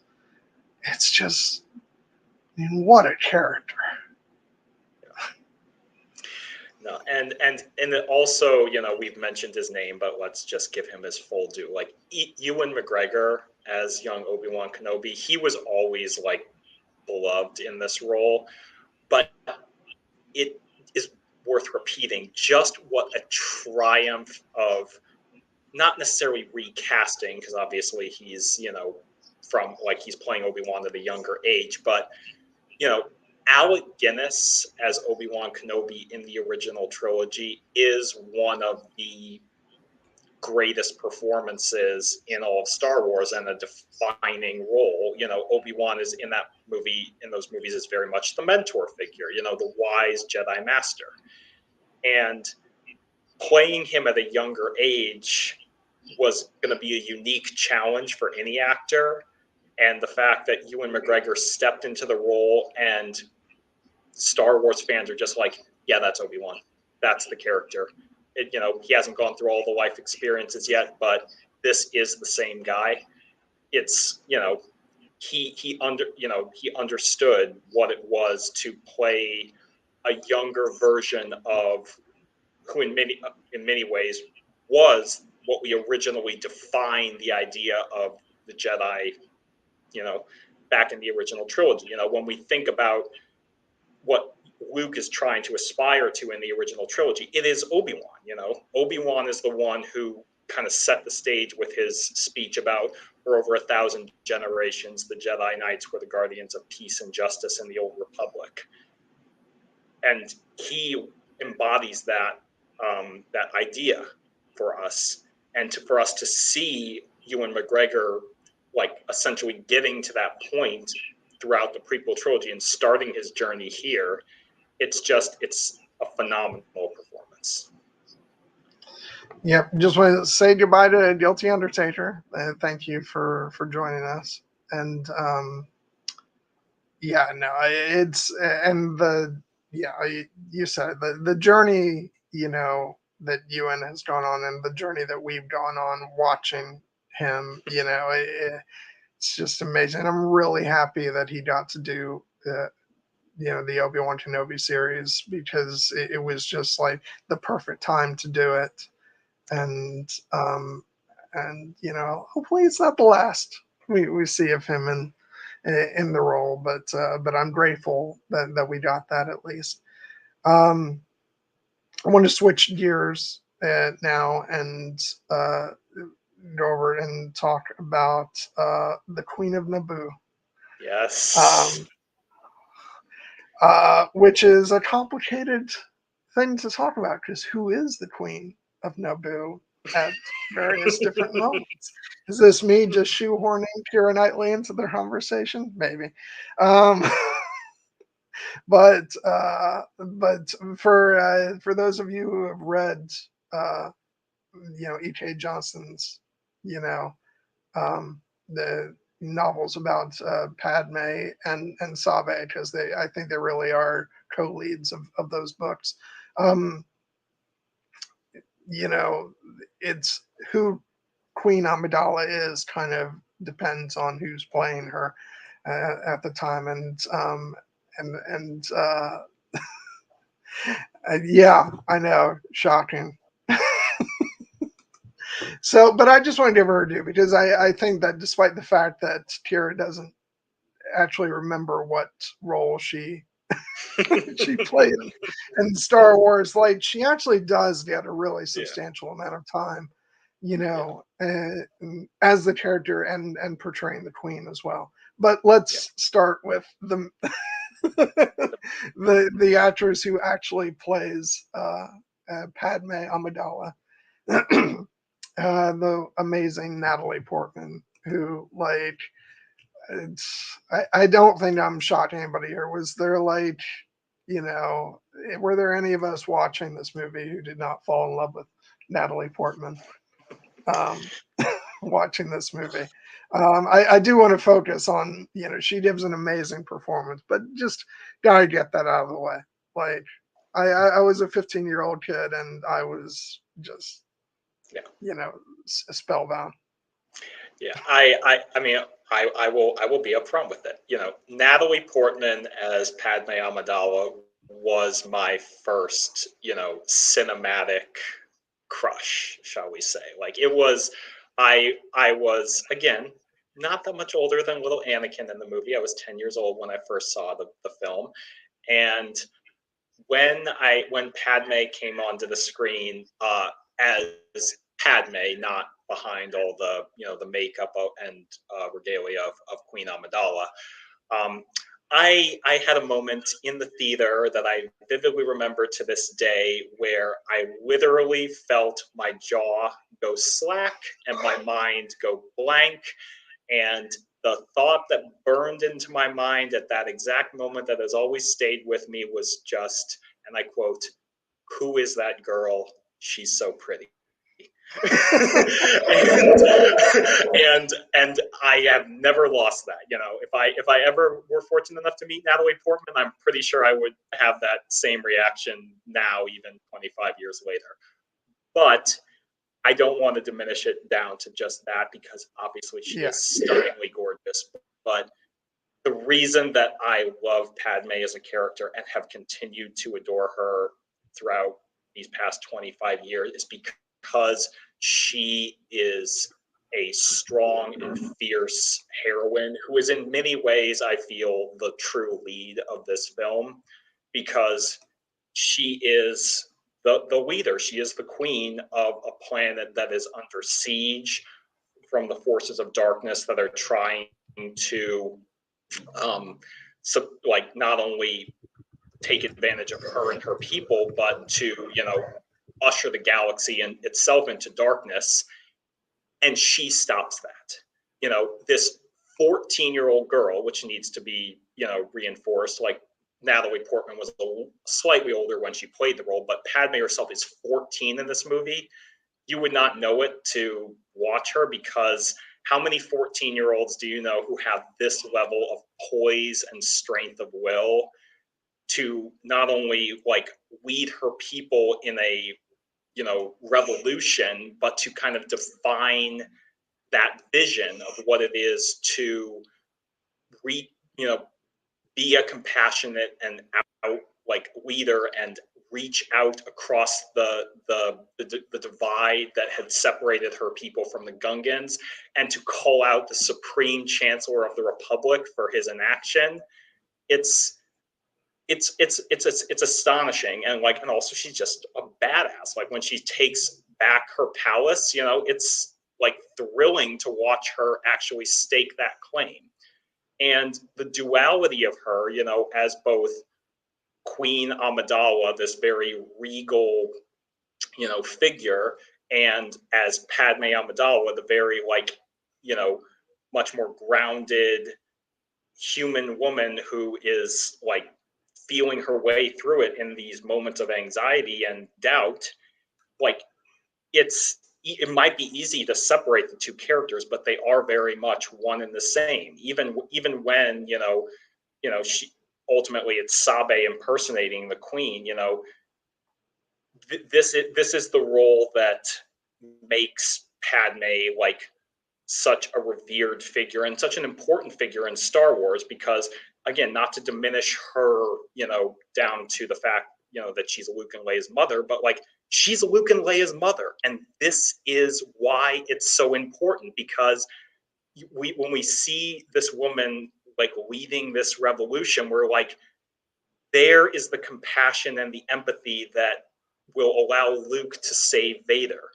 There is the strength and fiery will that makes Leia a leader of the rebellion and a beloved hero in her own right. It comes from Padme. Like, she is a true heroine in the Star Wars galaxy. And honestly, one of the things that, when the prequels were, I felt like not getting their due, one of the things that really made my blood boil is when people would talk about the great female heroes in Star Wars, and they would talk about Leia, and they would talk about Ahsoka, and they would talk about Sabine, and they wouldn't mention Padme. It infuriated me, because I'm like, she is so important to the Star Wars galaxy. Rey as well, but I like, one of the things that, as the prequel generation has started to speak up, it's been so rewarding to see Padme herself be acclaimed in that way. Particularly, we're both men, but like, seeing young women talk about how important Padme was to them, it just is so resoundingly beautiful to see her get her due as one of the great heroes in Star Wars. Yeah, and I feel like, I didn't like, I meant it to be kind of fun and jokey, but I almost kind of regret that we did kind of launch right into, oh, we had a crush on Natalie Portman, because No, I mean, it's true. Because I feel like that's, because so often, especially we're two men hosting this, stream, like, I don't want to diminish the importance. Like, I've always been of the opinion that I agree that, like, Padme is the central protagonist of this story. I think I'd argue that Qui-Gon is sort of our main character, quote unquote, but it is an ensemble piece. But Padme, for me, unquestionably is the protagonist of the story. I think she drives the story of the Phantom Menace, and um, and like, it's just such an amazing character, and yeah, it has kind of sucked that, like, I feel like she hasn't gotten her due, over the years.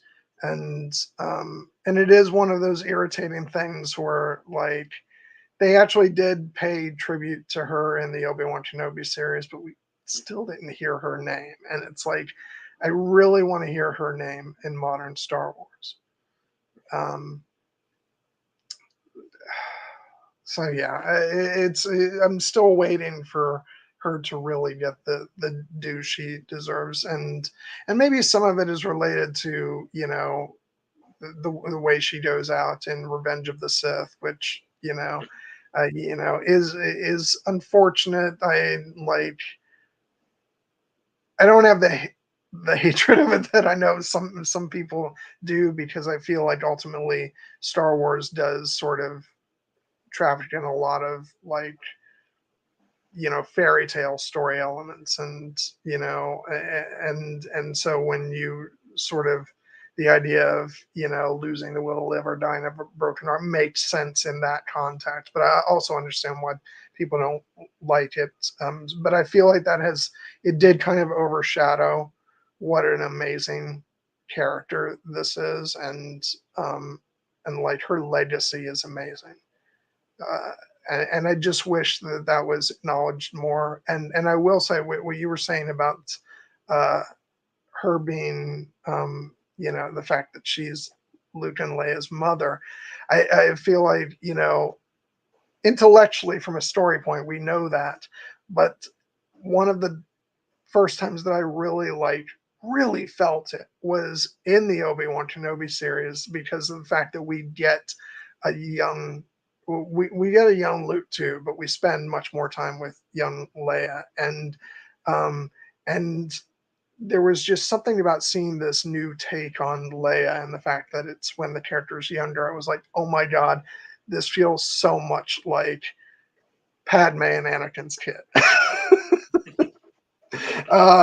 Yeah, and so that was just a joy to see, because it did feel like I really felt the legacy of Padme embodied in Leia in that series. And yeah, it just, I love this character so much. And uh you know, people are bringing up her in the Clone Wars. I loved her episodes in the Clone Wars, because that's when we really got to dive into the politics of the Republic. And actually, by the way, that's another thing, like, I've always loved about this movie and the prequels at large is the politics. I know that that has been a source of criticism for, like, older fans who, you know, who grew up on just on the original films. But for me, like, I never batted an eye when, you know, the opening crawl was talking about, you know, trade federation and, you know, taxation and, you know, and all that stuff. Like, first of all, it's the opening crawl of the first chapter of the story when the galaxy is in a state of peace. Like, Yeah. like, what are you expecting to read in in the first crawl? I've always loved the opening crawl for this movie. Yeah. Sorry, just have to throw my defense of that in here. But I'm like, part of what makes the prequel uh, era so fascinating is the politics.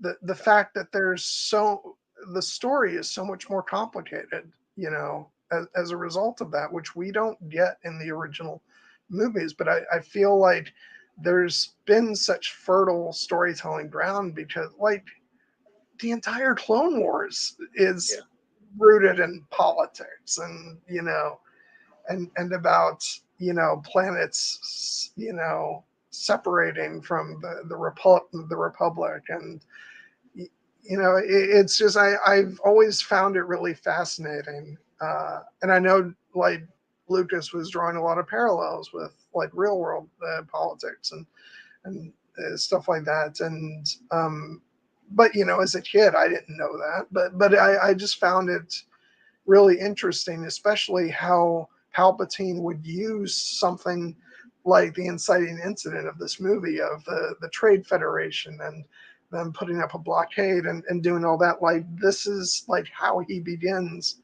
his plotting to eventually, you know, take over the galaxy. It's a, like, he exercises so much. Like, if there's one thing that you can say about Palpatine, like you know, it's like you can't fault him his patience.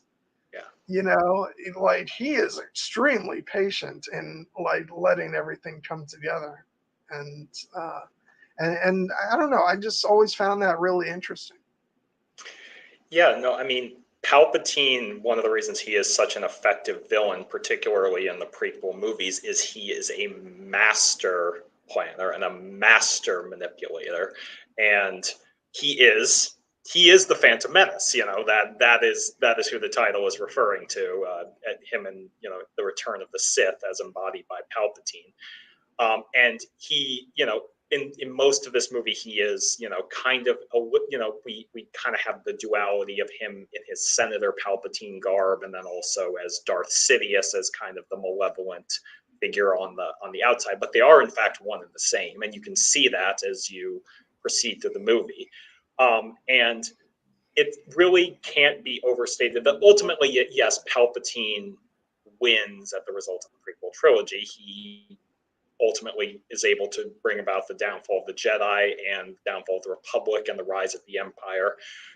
But, you know, it's not an easy road for him because there are characters who resist him. And one of the characters who resists him most effectively throughout the entire prequel trilogy is Padme. You Yeah. know, she is in many ways his truest adversary because, as Luke had said, you know, Luke said, you know, your overconfidence is your weakness. Palpatine underestimates Padme to his detriment so many times. And even though he's ultimately able to make it, you know, work out for him at the end, you know, and unfortunately bring about Padme's death, um, she foils him so effectively so many times. Like there's the moment early in this movie where, you know, he's talking about getting her to sign the treaty, and he just kind of smugly says, Queen Amidala is young and naive. You will find controlling her will not be difficult. He has never been more wrong about anything in his entire life. Let me add to that point, honestly, because she is not easy to control. She completely messes up his plans, and the fact that he's able to pivot is a testament to his own political manipulative skill. But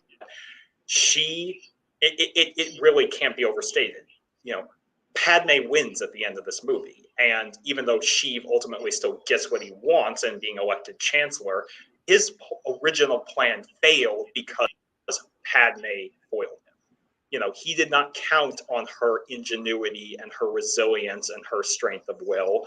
He did not think that she had this in her, and she does. And we don't get to see him reckon with the fact that she beat him in this movie, but we know that she did. And it's the fact that, like, it's one of the reasons that, like, in the Clone Wars, one of my favorite moments is from this episode. I think it's in season 3, Senate Spy, it might be, where Palpatine is trying to engineer something with regard to getting, I think, like more funding for the war or something, and Padme stops him. And then there's a moment where we cut back to Palpatine in his office, and it's Senator Chancellor Palpatine, but the mask comes down, and he's sitting there just seething, but also acknowledging Padme beat me. This woman who doesn't have the force in the traditional sense, but is obviously very strong with it in the larger sense, she foiled me. And isn't it remarkable that she could do that? But of course, you know, he will ultimately, you know, find a way to defeat her, and that's one of the great tragedies of the prequel trilogy. But it's like in the political arena, Padme ultimately stands against Palpatine because she is the one who believes in what the good of the Republic and the good of the government can do, and she tries to embody it and live that. And frankly, you know, as our friends at Force Center often say, if everyone would just listen to Padme, things would go a lot better. Because she is often coded as the character who knows what is morally right. and she has to learn lessons along the way. You know, she is sheltered at the beginning of this movie. She is not aware, for instance, that the Republic doesn't have infinite reach and that there is still slavery in the galaxy. That is a shock to her. She underestimates, you know, Anakin initially, even though she has clear affection for him. She doesn't understand the strength of the Gungan people initially, but it's a credit to her that she learns that, and she opens her heart to the idea that, you know, Jar Jar actually has value, and perhaps if I reach out to him and his people, together we can form that symbiont circle that will allow us to save our world. And it's, you know, that's why, like, it's subtle. We don't always see it, especially because in her Queen Amidala persona, she is naturally playing a very kind of reserved and, you know, some might say stilted, I would say more like formal disposition. But you can see that in like the strength of her empathy and her, you know, in her eyes, in the small gesture she makes, you know, throughout the movie. And you know how much this responsibility is weighing on her. One of my favorite shots in the entire film is that shot when the Trade Federation is rolling into the capital of Theed, and we get that wide shot of Queen Amidala standing by the window, watching them come in, and you just kind of see her shoulders slump and her face tilts down, and you know that she feels she has failed her people there. But she hasn't, because she has not given up on them. And she won't. She will not allow this injustice to stand. And it's a remarkably inspiring, you know, story to see her live that out, especially because, you know, this was the movie that really introduced us to her in that way. Throughout the original trilogy, we had one line of dialogue about what Padme was like. She was very beautiful, kind, but sad. And she is all of those things, but she is so much more. And that's why that scene in Obi-Wan Kenobi that you alluded to is one of my favorite scenes in all of Star Wars, where Obi-Wan talks to young Leia and is like, you are wise, discerning, kind-hearted. These are qualities that came from your mother, but you were also passionate, fearless, forthright, and these are gifts from your father. And he's right there, but Padme was also passionate, fearless, and forthright. And we see that in this movie. Yeah, it's one of the moments that I like to kind of have a chuckle about, because Obi-Wan's right. And those are good things to assign to each of those. But I'm like, what you talk about, man? Padme was all those things. No, I do want to go back up a little bit in the chat, and Tommy P asked, a question. What are your thoughts on Queen Amidala's low-pitched voice? This is a really good way to transition. Yeah. Because it is used as a way to disguise Padme, to make the Queen, to sort of help with the deception of, when Sabe or another handmaiden steps in to to play the Amidala role, and we get into a lot of this with both the books Queen's Shadow and Queen's Peril. Queen's Peril, which actually takes place in the time frame of the Phantom Menace, and actually allows us a lot of like around the corner moments throughout the movie. But it's so it's really interesting, like that voice was created as part of the deception. And so I remember back when I saw the movie, I thought it was, it was a little odd until you realize like why it was done. And I do believe it's Natalie Portman's voice throughout. It would be nice to think that that we get some of Kira's voice, but I don't think we did. I think it was all dubbed over by Natalie Portman. But there's actually a lot of scenes where Kira gets to play the Queen. And then if you pay close attention to the background shots when Natalie Portman is playing, Padme as as the queen. You can spot Sabe Yeah. in some of those shots too. But it's a shame that Kira thinks that I don't think she's fully aware of whether she was a character or if she was literally Natalie Portman's double. Yeah.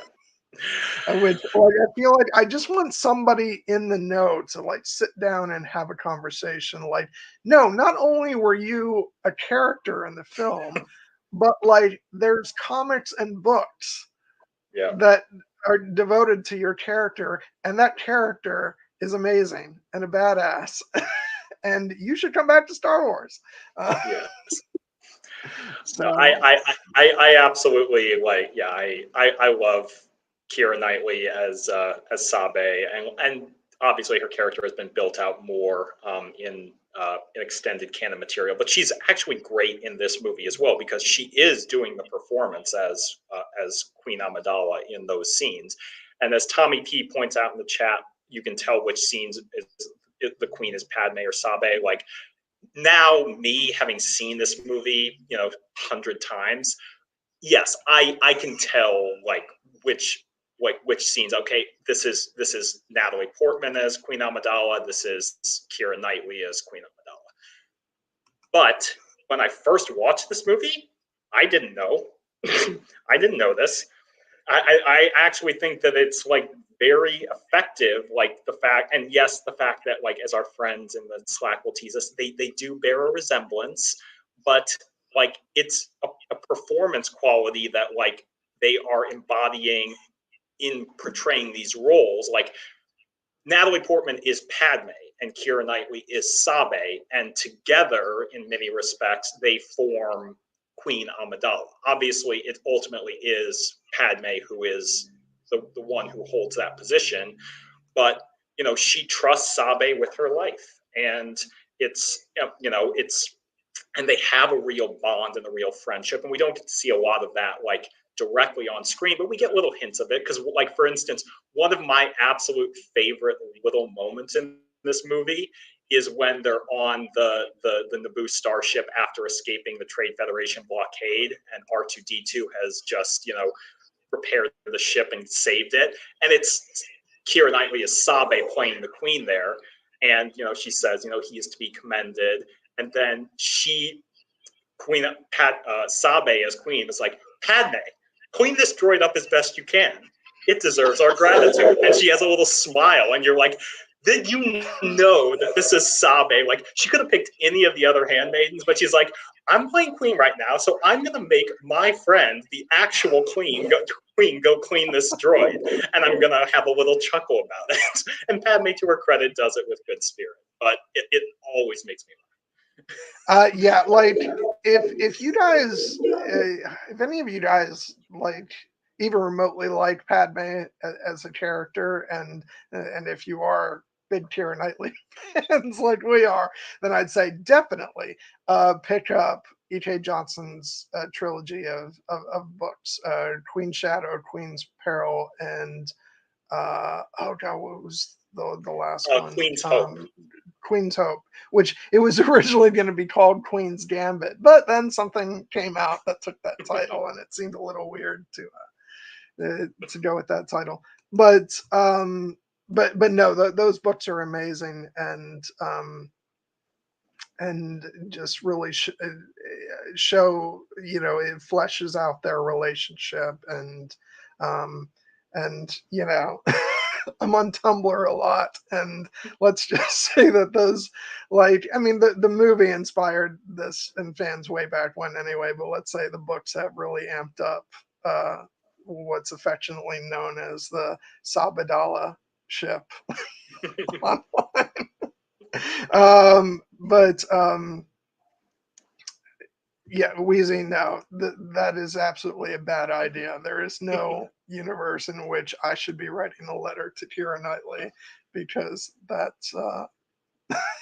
will only lead to trouble. Yeah. Um,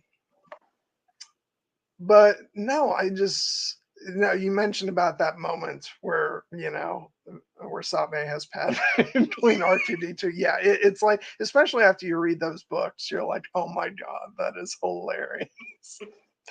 um, yeah, it's, and I just like it's hard for me to talk about without like bringing in and talk about the emphasis of those novels, because it really does kind of change the way you view this movie. Because yeah, you can look at Sabe as kind of like, okay, well, she's the decoy and that's sort of the limits of her role in the movie. But just when you see what's being done with the character in novels and comics and stuff, and the relationship that she had with Padme, it's just like there's so much. The material there is amazing. There's so much potential to be mined there. I really do feel like, and I don't know, maybe Kira wouldn't even want to like do the Star Wars franchise, because she has kind of, it seems like she does have a preference for doing independent films and the like. But and as much as it would sort of break my heart, I to do to bring Padme into like stories without her, I still think it would be worth mining the character like in animation, and maybe worst comes worst, have somebody else do the voice again. That would break my heart, but I think it's worth delving into this character more, because there's some really interesting stuff going on with her, throughout the books and in the comics. The stuff they've done with like her and Vader in the comics is great. And so I would really like to see them use the character more uh, in both animation and live action, especially if they can bring Kira back, definitely live action. Yeah.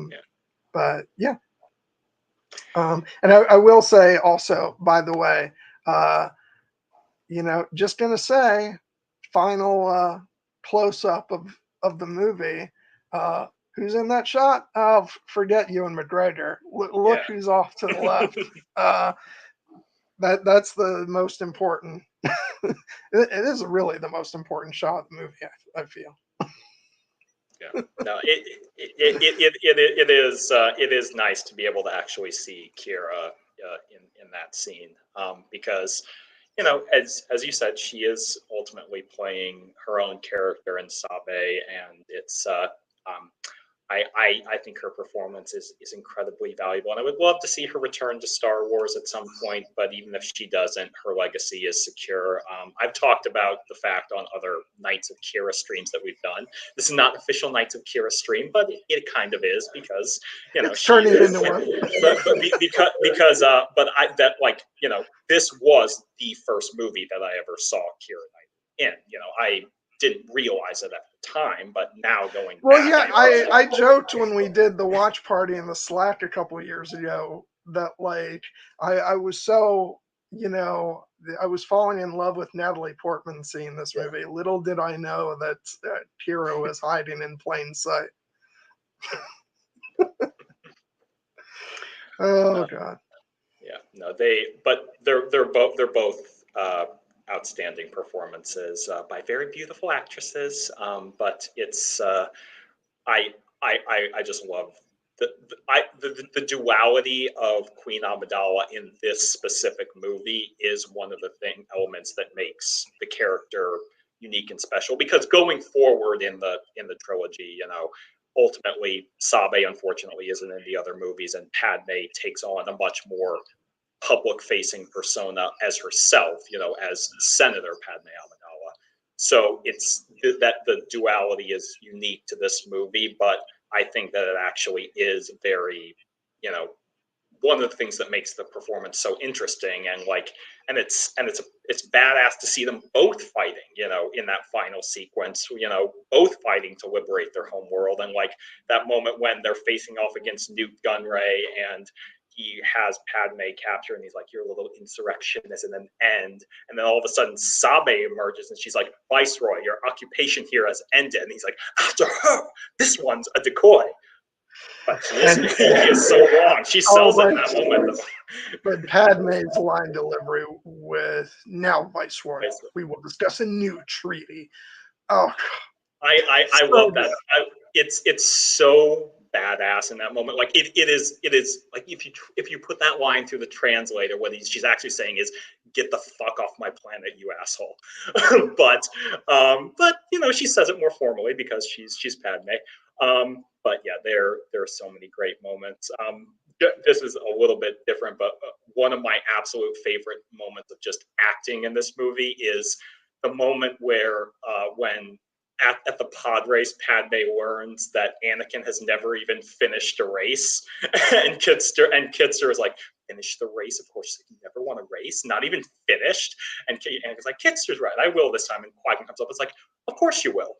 And Natalie Portman as Padme in that moment has a look of just absolute incredulity, where she's like, that is one of the greatest all time. "Are you fucking kidding me?" looks I've ever seen in cinema. And she's very much like, "You assume too much, my friend.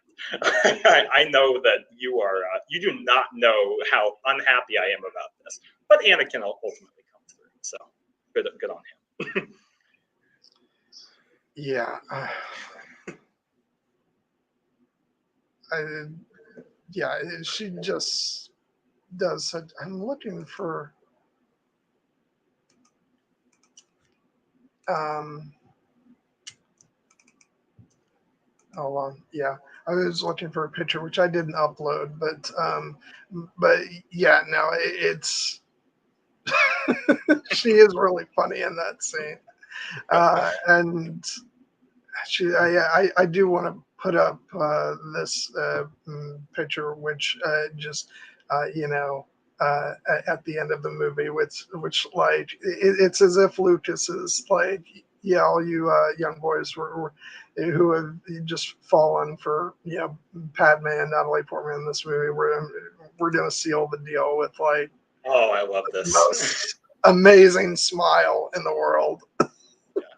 No, I mean, if I wasn't head over heels in love with her before then, that shot, that smile is the moment that just won my heart forever, because it's so pure, it's so radiant, it's so joyful, and I adore it so much.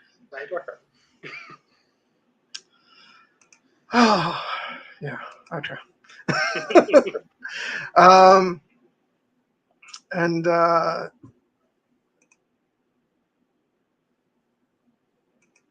And yeah, Tommy says, I loved Anakin and Padme's relationship in the movie, and this might be a good time to talk a little bit more about Anakin, because we did talk about Jake Lloyd, but Anakin Skywalker, kind of an important figure Yeah. in this movie and in the Star Wars saga as a whole. I have to mention I love Jake Lloyd's performance in this, because this is the most pure we get to see, like Anakin in the movies, especially. Yeah. Like, just he gets to be the fun, likable kid, in this, and we do get a much more balanced look at Anakin thanks to the Clone Wars. But in the actual prequel films, he has a rough go of it. Attack of the Clones and Revenge of the Sith. So it is kind of nice to just get to watch Anakin be a wide-eyed, kid who, there's you can see like shadows of the things to come, but for the most part, he is, it's a lighthearted portrayal. But I just love that he pretty much is all of us in the audience, when his first line to Padme is, "Are you an angel?" Yes. We're like, "Yes, she is." Yeah, no, I always found that line unironically resonant, because that was exactly what I was thinking in that moment. And I will just note, as Tommy had brought up, like, I know that some people have issues with the apparent age gap between Anakin and Padme, and it's noticeable in this movie in particular, because ultimately Anakin goes on to be played by a different actor, Hayden Christensen, in the other prequel films, and like whereas Padme continues to be played by Natalie Portman. So I feel like that makes people feel like the age gap is bigger than it is. It's actually only a 5-year gap because Padme is is 14 in the movie and Anakin is 9. It's actually, if you consider the canonical romances in the Star Wars trilogies, it's actually the smallest age gap. Han and Leia are 10 years apart in the original trilogy. Rey and Ben are 10 years apart in the sequel trilogy. So it looks a little bit more pronounced. And I know that some people feel like, oh, Anakin should have been a little bit older in the movie, but Lucas made a very deliberate choice to portray Anakin at this age because he wanted to show him at his most idealistic, his most pure-hearted, while also being old enough to have experienced some of the darkness in life that will shape him.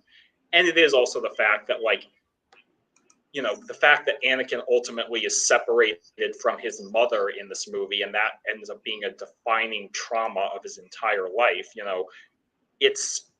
I think it was more important to show Anakin at that age, to really reinforce just what a monumental moment that was. But it also means that we get to see Anakin at his most, pure and idealistic. The scene at the dinner table, which has the moments where that have, I think, gained additional resonance in recent years when he tells Shmi, like, the biggest problem in this universe is nobody helps each other. That is a very childlike perspective, but it's so essential to who Anakin is at this age because he is not helping Padme and Qui-Gon and Jar Jar because he wants anything out of it. He's not thinking in that moment, if I do this, maybe they'll set me free from slavery. He's doing it just because he's good, because he sees these people are in need and he wants to help them. And it's like, as an older audience viewer, perhaps, it's easy to look at that a bit more cynically, but I think it's an essential perspective to show Anakin at this age. Because as we go forward in the prequel films, as you mentioned, like, I think Hayden Christensen does a very good job in the other two movies. I love him as an actor. I love his portrayal of Anakin. But it is notable that, like, Attack of the Clones and Revenge of the Sith effectively represent two of the very worst days of Anakin Skywalker's life.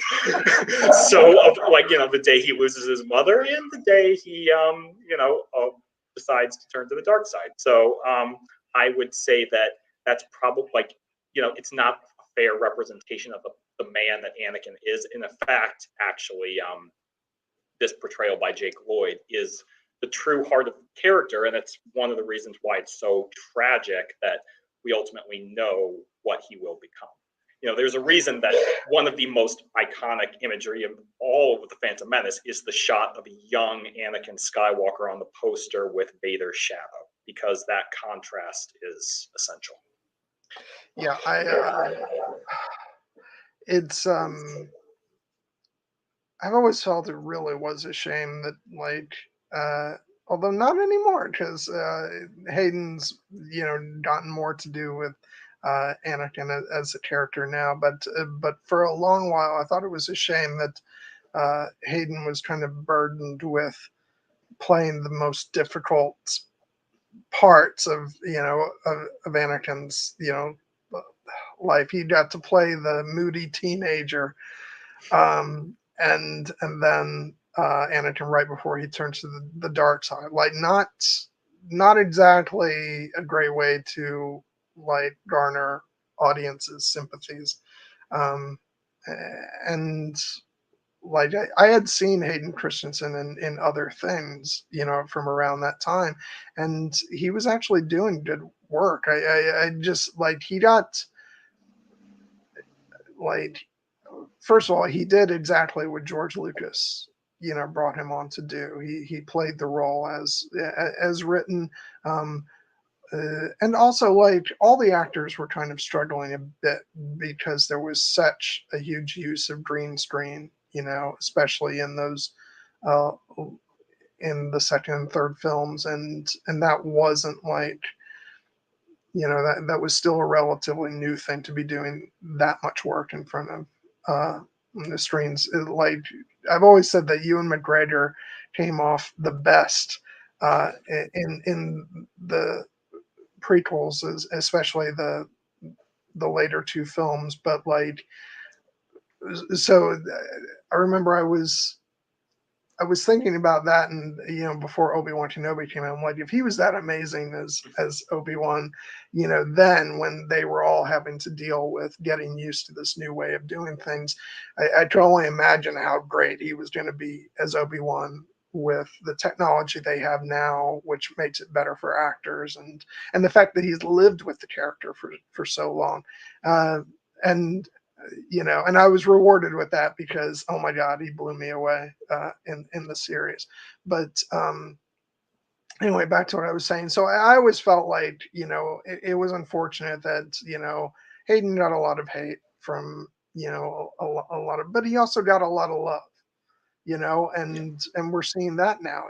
He's gotten that treatment as well of, coming on stage at Star Wars Celebration, and all the fans who have adored him over the years really got the chance to show him the love, and now he's gotten to come back and play Anakin in both Obi-Wan Kenobi and Ahsoka, and oh my God, he was just out of this world amazing in both of those shows.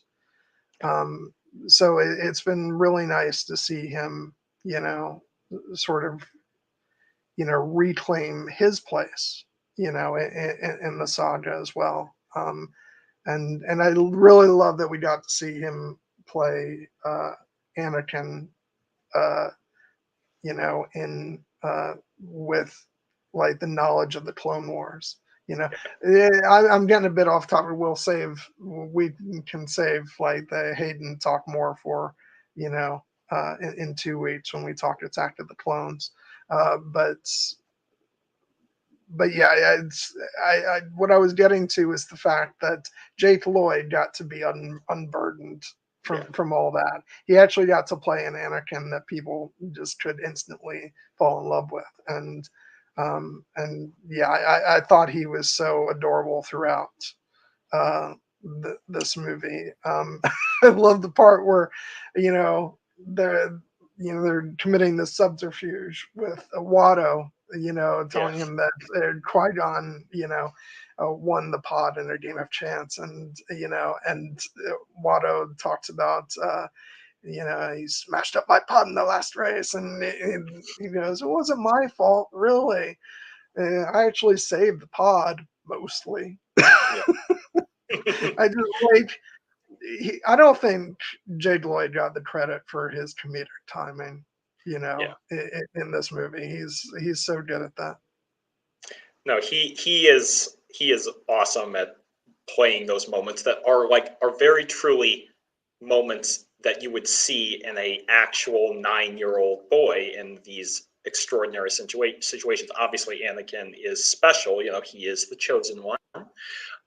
But he also is, a 9-year-old kid, who is going to have those affectations. And I'm glad that they didn't make him like, if they were going to portray him at this age, they didn't make him like preternaturally like wise or anything. He just, he's very authentic in that way. And I know that like for some older, more cynical, perhaps audience members, they sometimes struggle with child protagonists because, there's a delta between that life perspective. But I feel that Anakin actually this is the way he should be at this stage. And again, he's not like a purely like, angel-hearted character. We see the flashes of darkness that will ultimately materialize, particularly when he like loses his mother. Oh.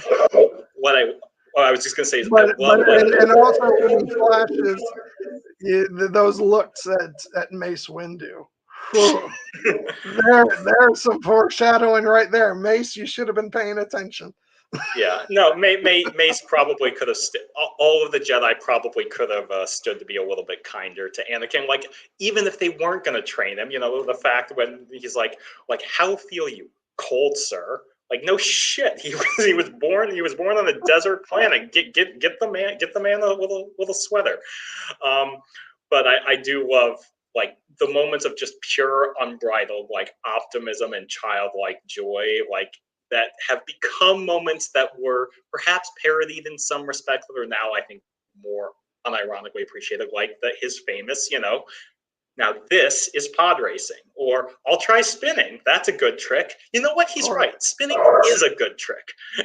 I even love his yippee. Yeah. Yeah, no, it's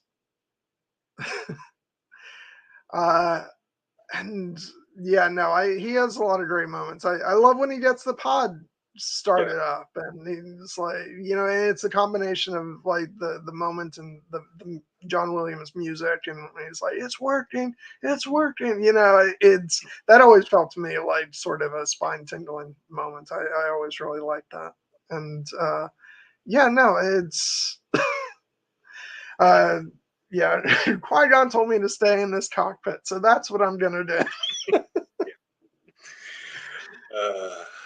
It's but like, speaking of the pod racer, like that is a central piece of this film, which is like definitely the Star Wars take on the chariot race from Ben-Hur.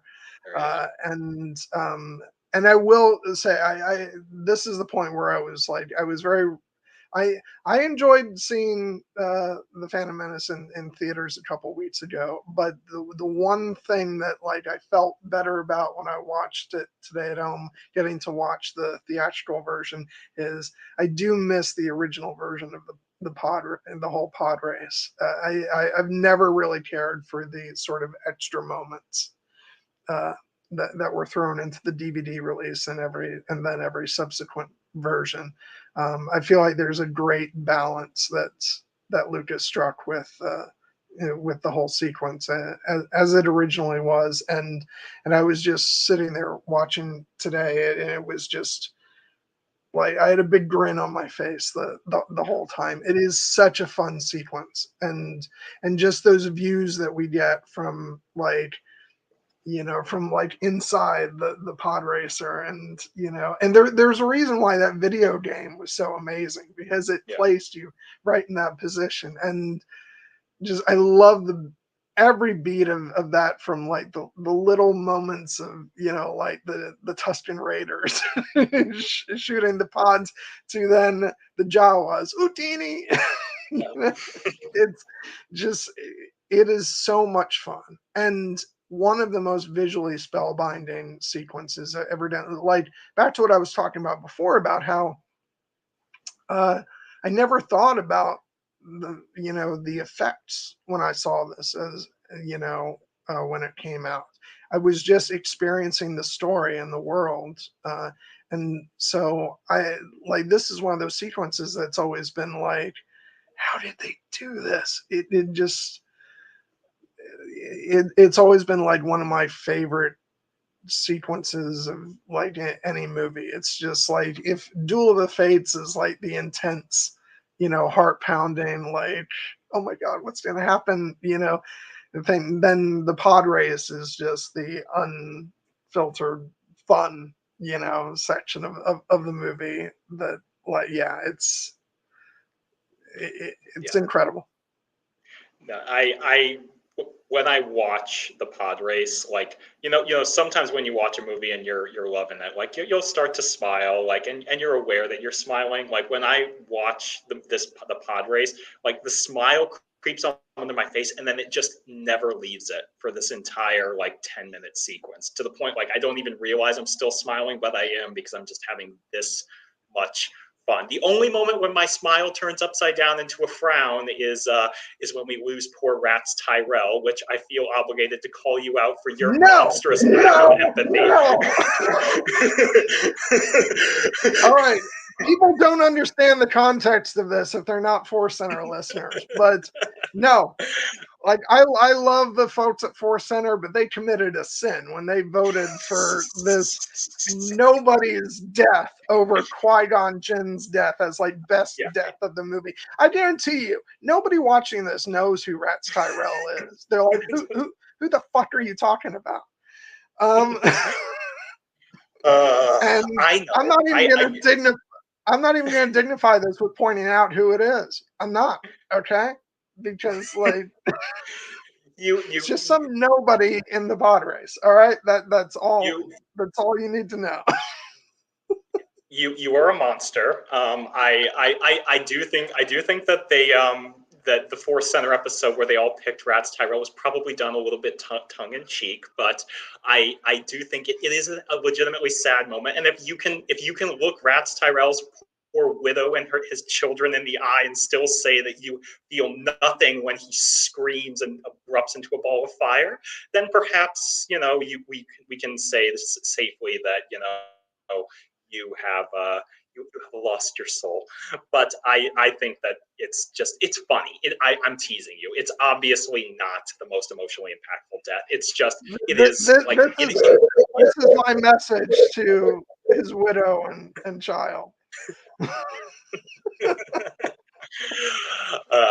but it is. I actually unironically think that moment is important because we hear, before they start the pod race, that pod racing is an incredibly dangerous sport, and Anakin is the only human who can do it, and like the reason. The narrative reason that we see Rats Tyrell die and we see all the other pod racers get wrecked is to reinforce the fact that his name like he's more important than he is. Oh no, I will not. I will continue to say I know the names of all the pod racers. They all have the story, and I have played them all on the Racing Revenge video game. I was very much a Gazgano guy. Like I loved his pod racer and Aldar Vito as well. But I would I will say that I do remember one of their names, and that's just because he's such a funny character. That was Ben Quadraro. Oh, that always stuck out in my mind. Yeah, I mean, Ben Quadraneros, he is the most comedic looking of any of the pod racers. But and I was so delighted when that race popped up on season 7 of Clone Wars. Yeah, that was a lot of fun. Yeah, and also there's in season 5, I think, or season 6, there's a post. Anakin has a pod racing poster on his wall that's advertising the sport's fiercest rivalry between Sebulba and Ben Quadraneros. He didn't let his failure at the Boonta Eve Classic with his power coupling get him down. He fought his way back. In all seriousness, the pod racing is a signature sequence in the movie, and it's visually thrilling, but it's also thrilling because they set it up as kind of a little mini boss fight within the movie itself. Because Sebulba, who's the chief antagonist, he's a very effective and loathsome antagonist for this sequence of the movie. He is very much the dirty racer who is willing to kill this 9-year-old child and would have done so already if it weren't for the fact that he was a slave. So watching it over the past couple of weeks, I was really struck by it didn't hit this way when I was a kid, but the fact that he has such vehement hatred for this little 9-year-old kid. It's dude, take it easy. Yeah, and I don't know what his deal is, but it serves the movie well to make him so loathsome, because unironically, the moment when they're in the home stretch and their pods get linked up and they're trying to pull away, and the announcer is going, "That little human being is out of his mind. They're side by side," and then all of a sudden Anakin pushes down on the throttle and breaks free and races towards the finish line, and Sebulba screams as his pod comes apart. And it's so incredibly thrilling and satisfying. It is an all-time. It's just good guys win, bad guys lose, fuck yes moment in this movie, and I love it so much. And see, and this is what I'm talking about with the visual effects, that whole the whole sequence, but especially that part at the end where Sebulba's eraser breaks apart and the parts go spinning, and then the part that he's sitting in, then goes down and slides. It's like, I can't even think of all the visual effects that took, but it always registered as real to me watching it. And and that's just like, yeah, it's a testament to the quality of the effects, but also like the immersion into the story and the thrill of the race. And, it's just, I love it so much. And yeah, Sebulba was a great character because you hated him and you wanted to see him lose. Actually, and also reminds me of another part that was cut out of the DVD version, which is in the original theatrical version. It's one of my favorite bits when the race is getting ready to start, and it just cuts back to Watto and all of the others, and in their little corner of the stadium, and Watto goes, Sebulba! Yeah. Yeah. That's also where we get our Warwick Davis cameo Yep. as Weasel, a character who comes back in Solo: A Star Wars Story. And yes, 8984M. We should say the name of the wizard himself, Ben Burtt, who is the hero, a true hero of this sequence and the entire movie. I will say I know some filmmakers have said that sometimes Ben Burtt, he may love the art of sound design a bit too much, and then sometimes the composers have to fight him for for like supremacy on the soundtrack. But there's no denying that he is an absolute master, of what he does. And yeah, I just like, he's synonymous with sound design. You can't think of anybody who's been like sort of more important to not just like sound design, but also like just thinking about sound design. Like I just remember watching all the documentaries, of him collecting sounds like out in the wild, and so it's hard not to think about him when you're thinking about the sound you're hearing in a movie. Yeah, and as Tommy P says in the chat, almost every pod has their own distinct sound. That's part of the magic of the sequence, because you can, again, like, watch this movie without like listening to any of the dialogue. You can just hear like Sebulba's. You can instantly tell that's Sebulba's pod. That's Anakin's pod. That's Dud Bolt's pod. That's Team Topagalis's pod. And it's like, the movie did not need to go that hard, but it does, in the way that it makes everything feel so distinctive and alive. And all those little moments throughout the sequence, because like as we get to know the racetrack and we know certain turns are coming up, and we're like, oh, this is where the Tusken Raider is going to be camped out on the Canyon Dune turn, and like, it just, like, once you watch the sequence, like, you know every beat, but it still is every bit as thrilling to see it play out again. Well, and speaking of that, I think the characters' names are Fode and Bede. Yes. The announcers, who I know a lot of people have issues with, but again, like, that was the glory of being in my own bubble when seeing this movie. I was like, no, I love their commentary throughout the race. I don't care what universe you're from, that's gotta hurt. Yeah, I was a kid watching this, and like that, I was just laughing my butt off, Yeah.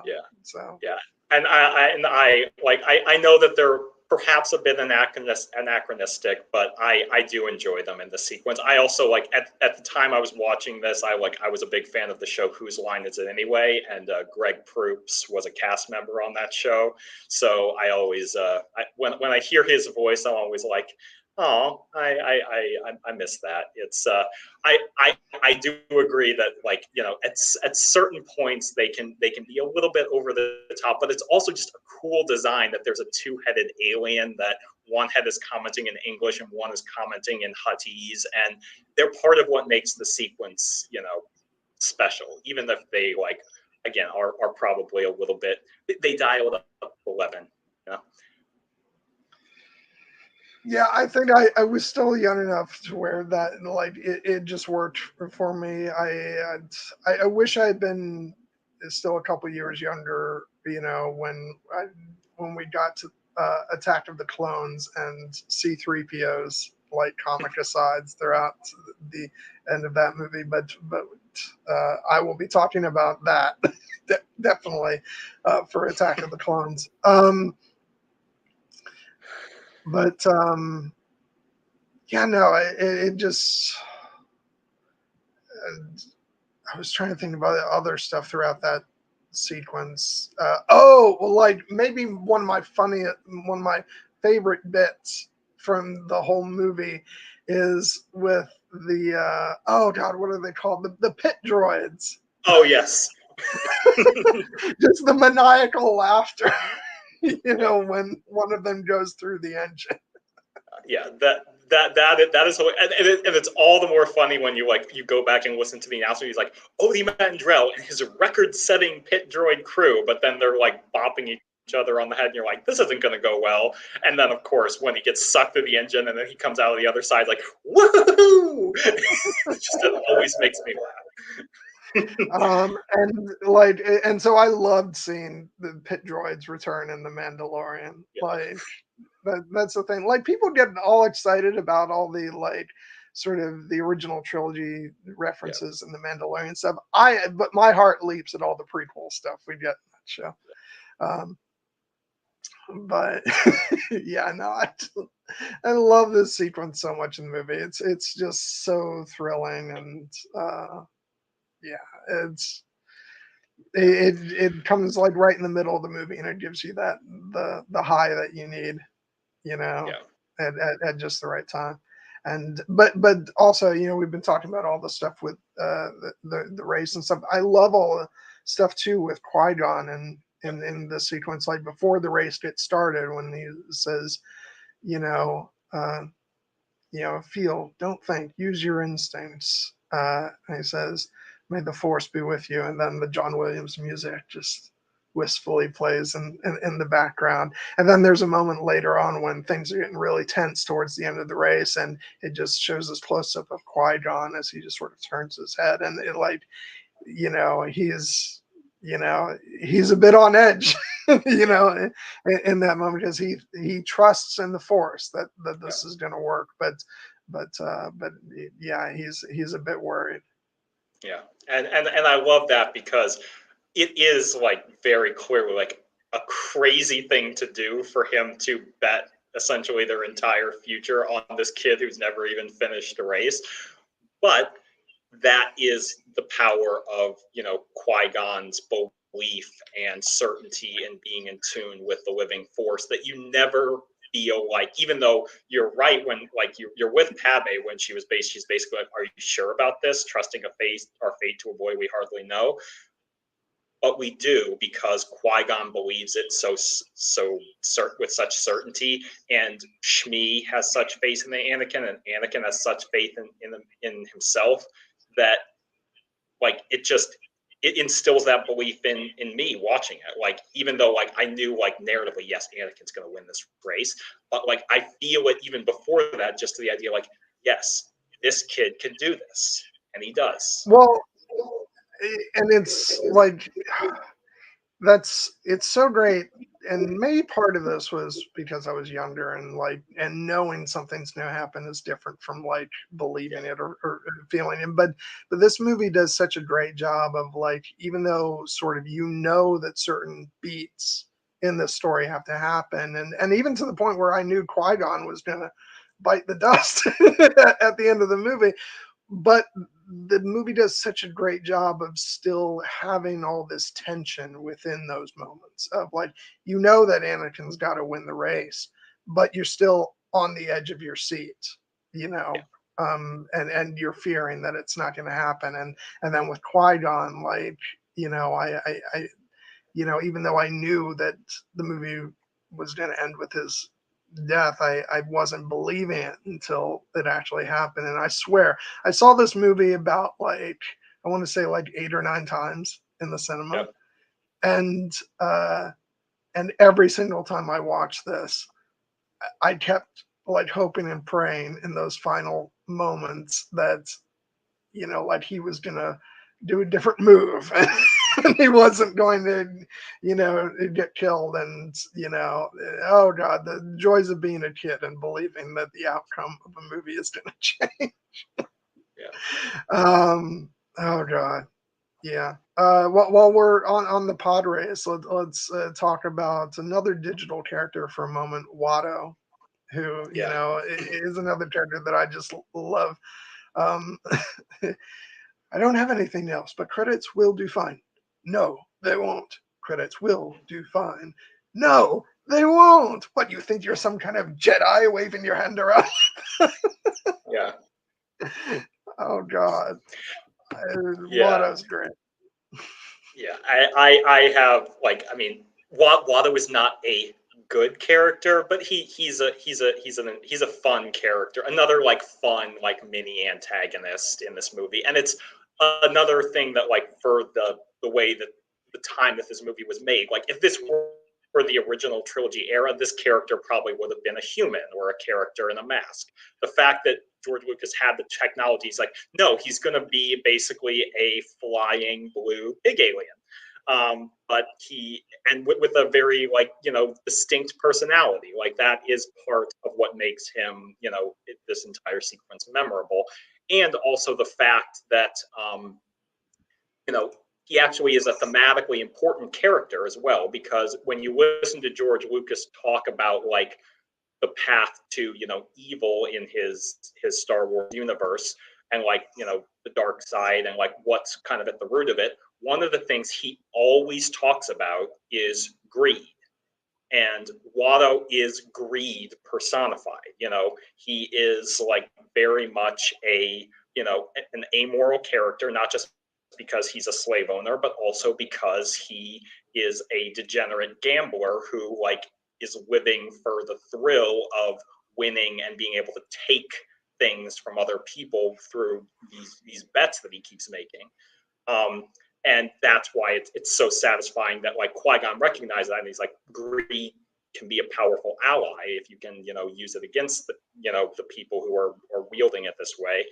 And that's it's significant that like that's how not only they get out of this predicament that they're in, but that's how Anakin wins his freedom, is that Qui-Gon is able to play on Watto's like compulsive need to bet on everything and manipulate him. Whenever you gamble, my friend, eventually you lose. There's a PSA moment in Star Wars right there for you. But it tracks, because this is a very like real world recognizable thing.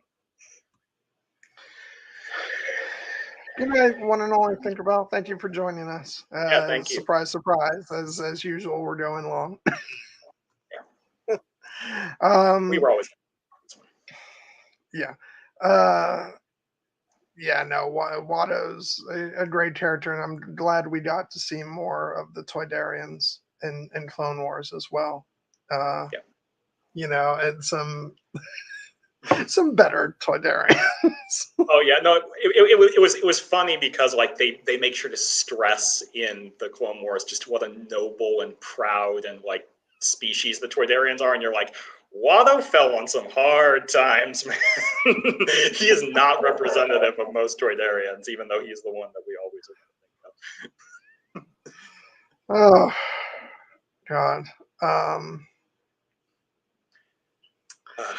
Yeah, so we've gone all over the place. So I was going to say, but before we leave Tatooine and maybe like move towards the end of the movie, I do want to make sure that we talk about one of the most important characters in the movie, who Shmi Skywalker. Shmi, yeah, because I mentioned earlier that I think Pernilla August's performance is one of the best single episode performances in any Star Wars movie, and it's because she plays it so restrained, so quiet, but you can just feel the depth of empathy and love that she has for her son, and what a fundamentally like good person she is. And she is the moment, like, and that kind of restrained emotion is what gives some of those sequences when ultimately Anakin wins his freedom and has to part from her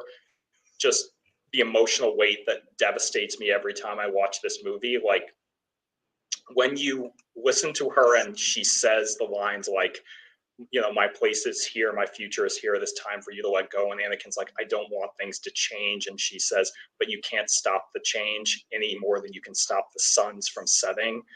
Such a beautiful imagery. And, you know, and then of course the scene that you have like showing here on in the photo, like Anakin's goodbye to his mother when he asks, you know, will I ever see you again? And she's like, what does your heart tell you? And he says, yes, I guess. Then we'll see each other again.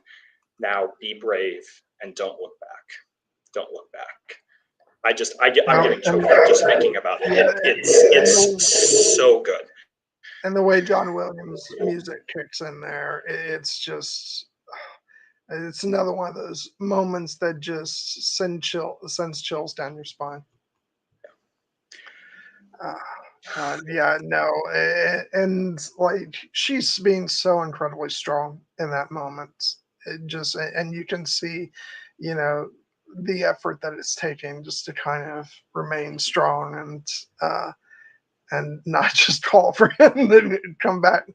Because I feel like when she says, "Don't look back, don't look back," that's as much for her as it is for him. Because I think that she wouldn't be able to let him leave, you know, if he looks back to her. So it's such a beautiful but a very sad moment, and you feel the weight of that moment. It's just, yeah. No, and again, it like, and Pranoa August plays it in such a quiet, restrained way. Like it would have been very easy for her to like really delve into the emoting there, but she makes you feel it just with a quiet moment. And yes, I love that Tommy P brought this up because it is like, to take a more fun spin on it. It is, people have a very popular fan theory that Qui-Gon and Shmi might have had a little bit of a connection or something maybe happening just off screen. And well, I don't know if that actually is the case. I want it to be true. I want it to be true so much because they are very well matched. Like, we don't see what happens next after they share that look, after Qui-Gon sends Obi-Wan the blood sample. I'm just like, yes, it infers some uneasiness and, you know, and Anakin's destiny. But I still say if this was Andor, we would have seen the next scene.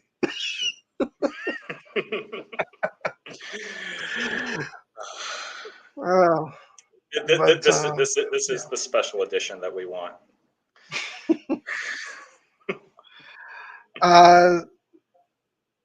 So yes, so we did kind of talk about the, you know, the end of the movie, and maybe we'll segue into saying a couple more words about it. There are just a couple things that I want to sort of check in on and mention.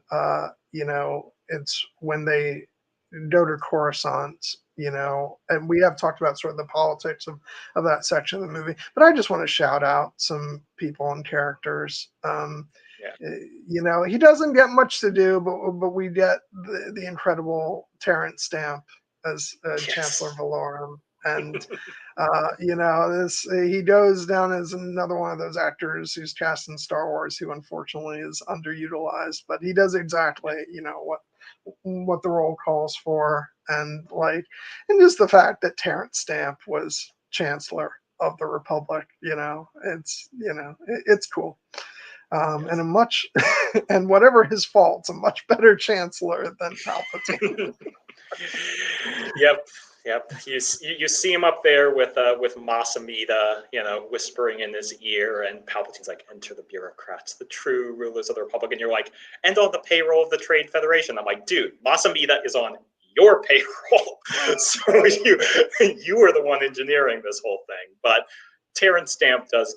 He plays a very dignified man who you can like sense like he ultimately means well, even if ultimately he is emblematic of part of why the Republic is failing and why Palpatine is being able to manipulate things.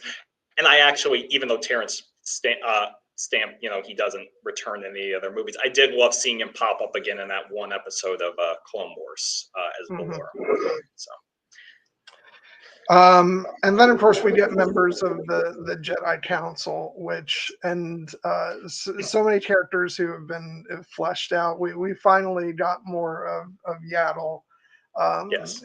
even though it was at her end, and the revelation that she doesn't talk like Yoda. So what's up with Yeah. that?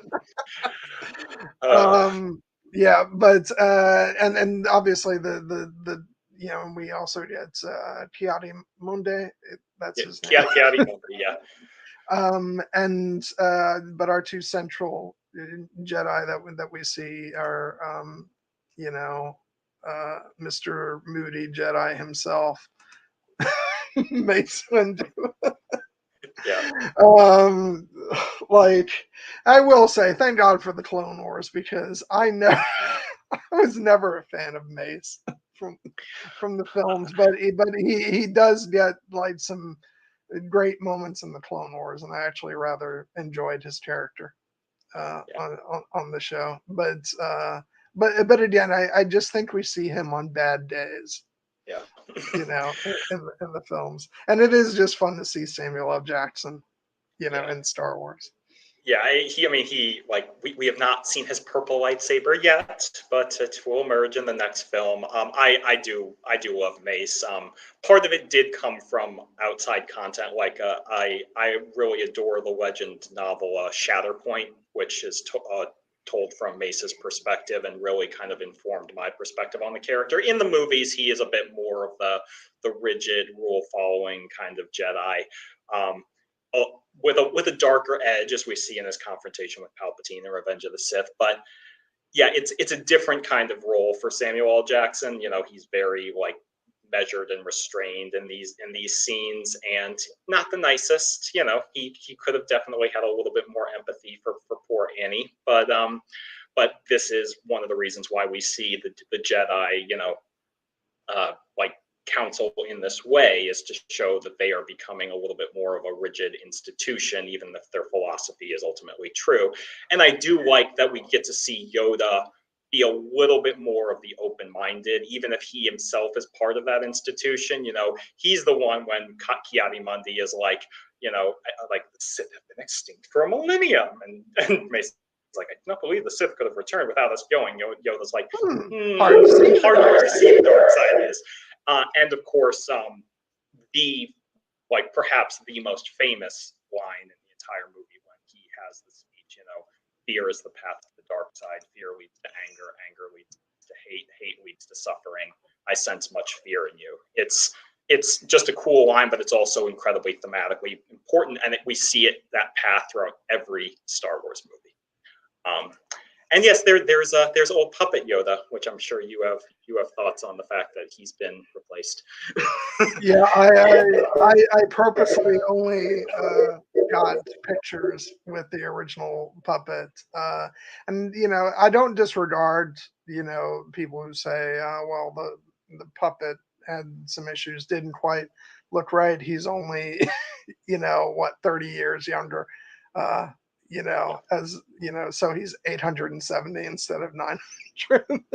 So maybe he shouldn't look that different, but and I do actually think the CG version was well done, but it's part of the movie that I grew up on, and like that's why, like, for me it's always, theatrical versions never really go away for me. Like, even in the case of Lord of the Rings, where I prefer the extended cuts, as most people do, but yet I will still every now and again go back to the theatrical versions of the movies because I have an attachment to them, and that's especially true for this film, and that includes the Yoda puppet, which is, to me, it's sort of a part of the tactile reality of this movie that sort of differentiates it a little bit from the later films. Um, I don't actively dislike the digital version, but if you ask me my preference, I'd say give me the original. This is how I saw the movie, and this is how I'd like to continue watching it. Yeah.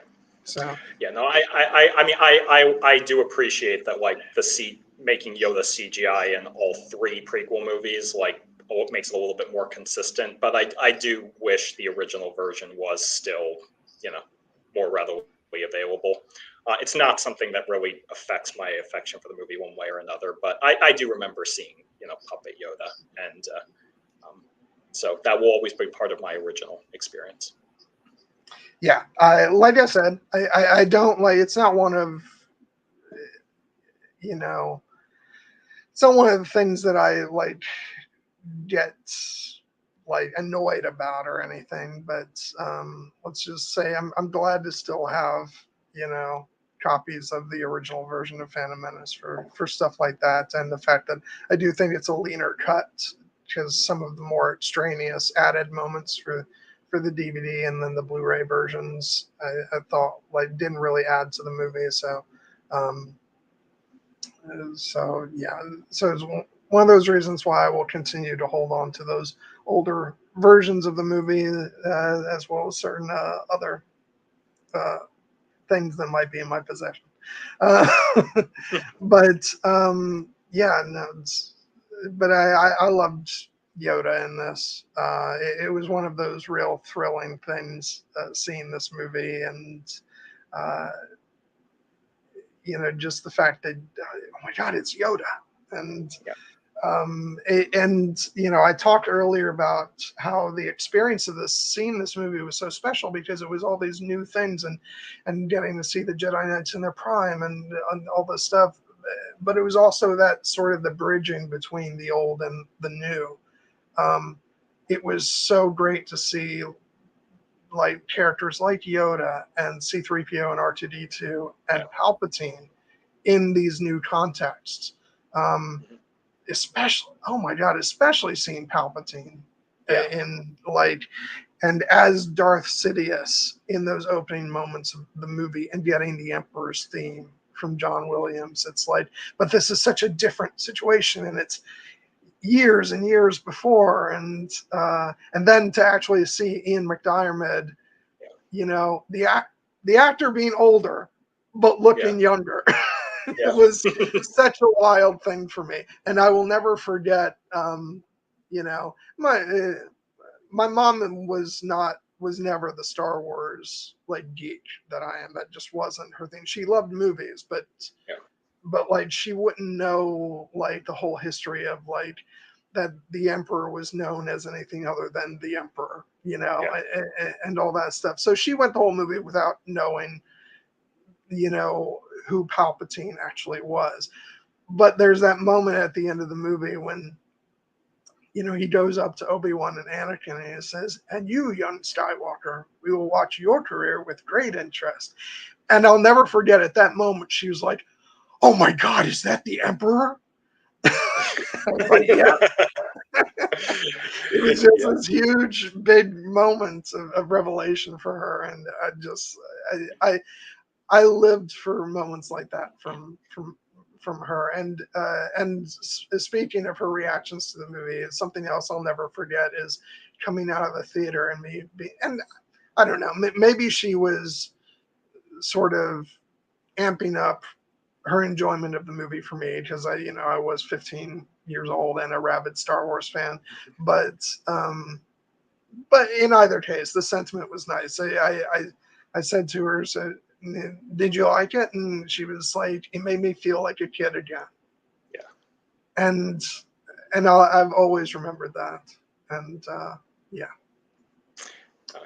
That is one of the many beautiful qualities about this movie, and the fact that like it was Star Wars for a new generation, you know, in so many respects. And I love that, like, even though most people will come to this movie having seen the original trilogy first, like you can watch this movie first, and the movie will like play, you know, fair with its narrative. Like for instance, I love the fact that even though it's clearly Ian McDiarmid playing both Senator Palpatine and Darth Sidious, the movie never like hammers you with that. If you know, you know, but like it kind of plays that a little bit more subtly, you know. So like there are people for who that would be a big revelation. Well, but also I'll never forget, like, and I forget at which point I became aware of this. It must have been like closer to the release of movie two when I started like actually engaging with like message boards and stuff. Because I don't know how I would have known otherwise. But I just remember that there were people hung on to theories uh, that Sidious and Palpatine were actually clones. you know, or one of them was a clone, and like just because they never acknowledged like definitively in the Phantom Menace that they were the same character, and it's like it's called subtlety and inference, and like you know there's that close up on Palpatine at the end of the movie, right after Mace Windu says, but which was destroyed, the master or the apprentice? I say subtlety. That's not very subtle, but apparently for some people it was. Yeah. It was all a misdirect to direct away from the movie's true malevolence. Darth. Oh no. No, I'm no. kidding. I'm kidding. Which, by the way, do you know that there are still some people who, because of years of that rumor, people think that that was actually a plan that George Lucas changed because people responded negatively to Jar Jar. It's like, no, he was never a Sith Lord, No, except now in an alternate reality Lego thing because it's funny. No, I mean, Jar Jar was never supposed to be a Sith Lord. I think that theory originated by people who perhaps were not comfortable with Jar Jar being like such a goofy, wacky character who wanted there to be a little bit something more there. But it is an example. At least now, it's become something that's a little bit more fun. I love that Ahmed Best will wink at it. Like, that's my reason I chose this as my screen name. Like I was like, what would Jar Jar's Sith name be? Because it wouldn't be Darth Jar Jar. It's like Darth Bombad. That worked. But I there was no plan change. Jar Jar probably would have had a bigger role in the future movies if like his character hadn't suffered some of the backlash that it did. But he was never going to be the Sith Lord. It's just. I do love that he is still, and this is very actually quite tragic for the character himself, but it is also kind of a sticking it to the people who didn't like Jar Jar. No, he is like unintentionally responsible for Palpatine ascending to power. Like he can never be removed from the legacy of Star Wars. I mean, he couldn't have been anyway, but like he plays a very important role. But but then of course, like in I think it's in the novels and stuff, the fact that like that's actually a very sort of it is a tragic thing for the character to have to live with, and that's why actually I kind of do want to see Jar Jar on screen again, because I as sort of, not that I want to see all like sad stuff with the character, but I do want the story to kind of reckon with that of this character who never had anything but like love for other people, who just wanted to help, and he was manipulated by the most horrible, being in the galaxy. Yeah. But yeah, I do think it's just a note of fun. But no, Jar Jar's not a Sith Lord. We always two there are, no more, no less, and we have our two Sith Lords in this movie. I do think that just want to give a shout out because we've touched on him in respect to other things, but Maul, who was always a character who was perhaps the most associated with the Phantom Menace, just on sheer iconic look alone. But his the level of menacing presence that he conveys, even famously with very minimal dialogue, like he became an iconic Star Wars character just in the span of this one movie, and engendered such fierce love that famously, even though he was cut in half.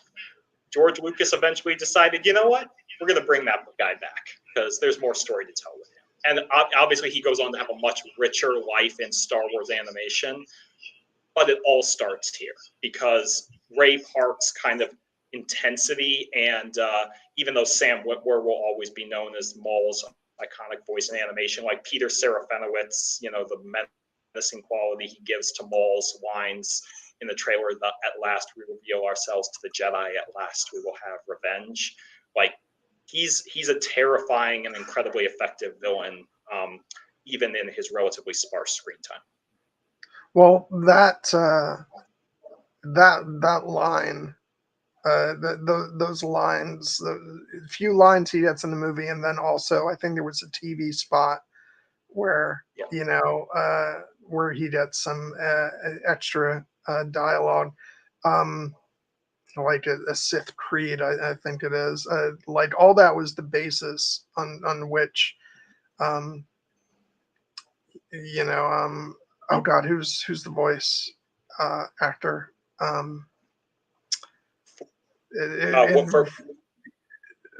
Who did everything from Clone Wars onward? Sam Witwer. Yeah, I know his name, but but I was just drawing a blank for a moment. That was like Sam Witwer based it on that, and then took it to a new place.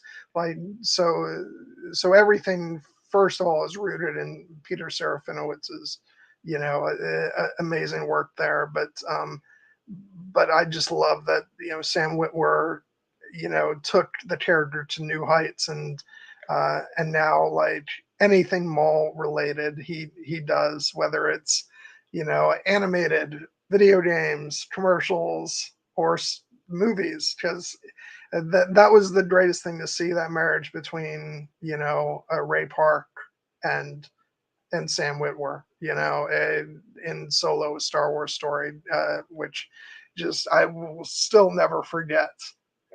Like the reaction I had seeing that in the cinema, I was like, "Holy shit!" But it all has its roots here in the Phantom Menace, and just what a debut. And it's funny because people talk about the disappointment of him lasting only one movie, and yeah, I guess I felt that, but I don't know. The end of the movie came and he was defeated by Obi-Wan. It felt natural to me. It didn't necessarily feel like lost potential or anything, because I knew that this trilogy was always going to be about the rise of Darth Vader. So I never thought necessarily that there would be like a trilogy spanning, villain who wasn't the Emperor, and then later Darth Vader. But I sure as hell am glad that Maul came back, and like in a way that I never could have imagined, for this character who was so quiet for the most part and just menacing, without speaking, and then to come back as this very verbose, grand, operatic character, just like he's great in the Phantom Menace, but where the character went after this is just so amazing. And like I'm still like fingers crossed. I want like more live action stuff with Maul and Kira, or at the very, if it's not live action, it can be animation. But I do want to see Emilia Clarke, come back for that. And yeah, no, and yeah, hats off to Ray Park for just because Peter Serafinowicz did the line readings for when the character speaks, but every other part of the character in this movie was all down to Ray Park, and his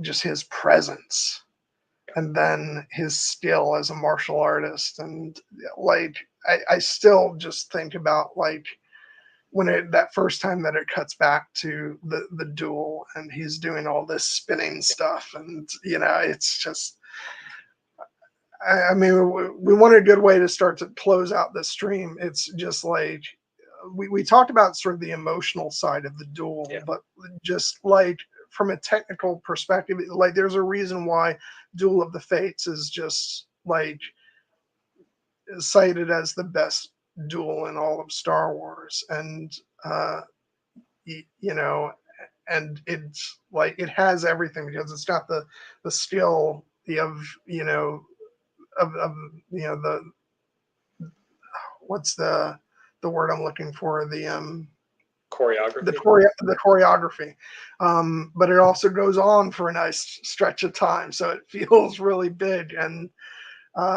John Williams' music, like you just cannot like understate the contribution that he made to how amazing that fight sequence is.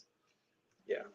No, it is remarkable, and obviously Ray Park was primarily cast for his martial arts prowess, but like his performance in Maul and in that sequence, in the way like his facial expressions, the way he moves, like it's part of the reason that Maul became one of the most iconic villains in all of Star Wars. Like when people think, famous Star Wars villain, they're going to say Vader, they're going to say Palpatine, they're going to say Maul because he just left that big of an impression. And he was a formidable foe. It took a Sith of his skill to take down a Jedi of Qui-Gon's, power and wisdom. And it's all the more impressive that Obi-Wan was able to best him. And the fact that Maul ultimately returns is like a testament to the fact that people just loved this character so much. Well, and you mentioned the fact that the fact that he killed Qui-Gon, and that of course is what leads Mace Windu to say there's no doubt the mysterious warrior was a Sith because he was able to defeat Qui-Gon. Yeah, by the way, I had the picture up again. Like we haven't even mentioned like the shock of the. I mean, okay, we saw it in the trailer, so like it didn't surprise us during the movie, but just seeing the double-bladed lightsaber, like maybe people don't understand now because like different kinds of lightsabers are just such a thing that happens in Star Wars now. We're used to it, but at the time, like we just had like the basic, like Luke and Obi-Wan and Darth Vader's lightsabers that were pretty much the same. They, had the hilts were a little different and the colors were unique. But this thing was just out of this world amazing. We we're like, oh my God, what? And just seeing that moment in the trailer for the first time, but then actually sitting in the theater where that's where the Duel of the Fates music kicks in. Yeah. And it was just so like it changed everything. Yeah, no, I mean, like there's a reason that one of the most iconic shots in all of Star Wars is the shot where the doors open and you see Maul standing there with the hood up, and then he raises his face. And I always love the fact that like it's so clear what an intimidating threat he is. That like when Qui-Gon and Obi-Wan, say like we'll handle this, Padme's like, yeah, we'll take the long way. We're not dealing with this guy. Which, by the way, I did want to mention, I saw, I got to see E.K. Johnson in person, who wrote the Padme novels. And she a couple funny things to say, and one of them was that she laughed her ass off the first time she saw the movie because she's like, I love that Padme is just like, yeah, we're out of here. We'll take the long way. And I think the other thing that she laughed at was, oh God, oh, it was the whole Padme Sabe thing, and the fact that that maybe it's it shows that some people were a bit sharper on the uptake. The fact that when she was watching the movie, she was like, "Does nobody notice that those are two completely different girls?" Yeah. Oh, but yeah, no, that is a great Padme moment.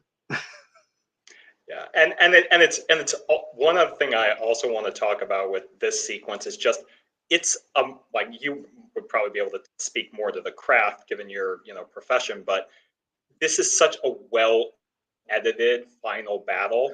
The fact that it cuts between four separate, we've got the duel with Maul and Qui-Gon, we've got Padme taking back the palace, we've got the Gungan battle against the battle droid army, and we have Anakin and his Naboo starfighter taking down the droid control ship. I know It there.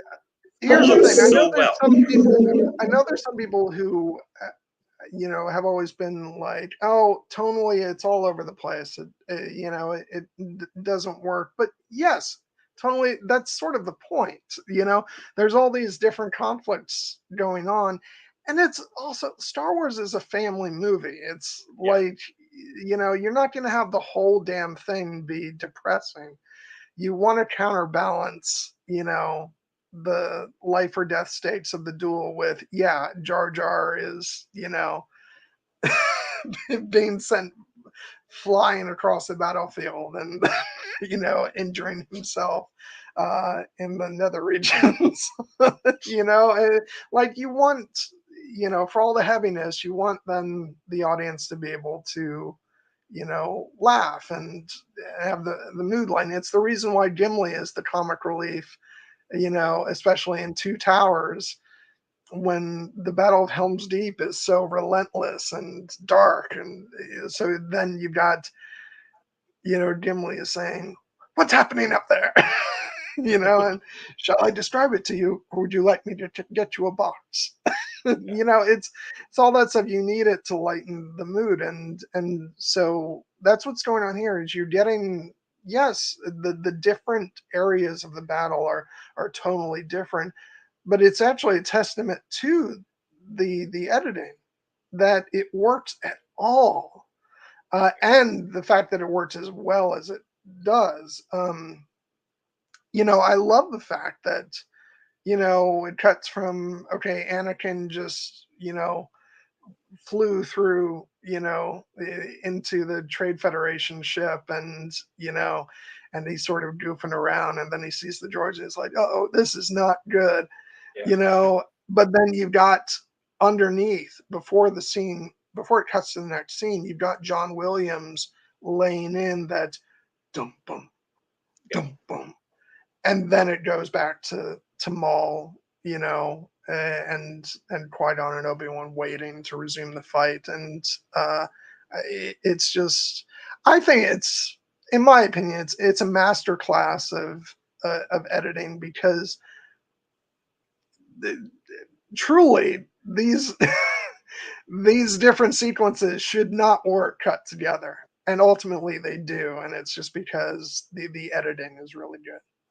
yeah, yeah. Paul Martin Smith and Ben Burt were the editors, but obviously George Lucas had a very strong hand in crafting the sequence as well. And I will And I will say it's funny because, and this goes to show like how great the editing was, and that actually, like, even the more lighthearted beats served to sort of up the tension for the darker bits, because um because when I was a kid seeing this in theater, I remember, like, me and my friend Tim were like, it's gonna be so cool when we have this on video and we can just fast forward to all the dual parts.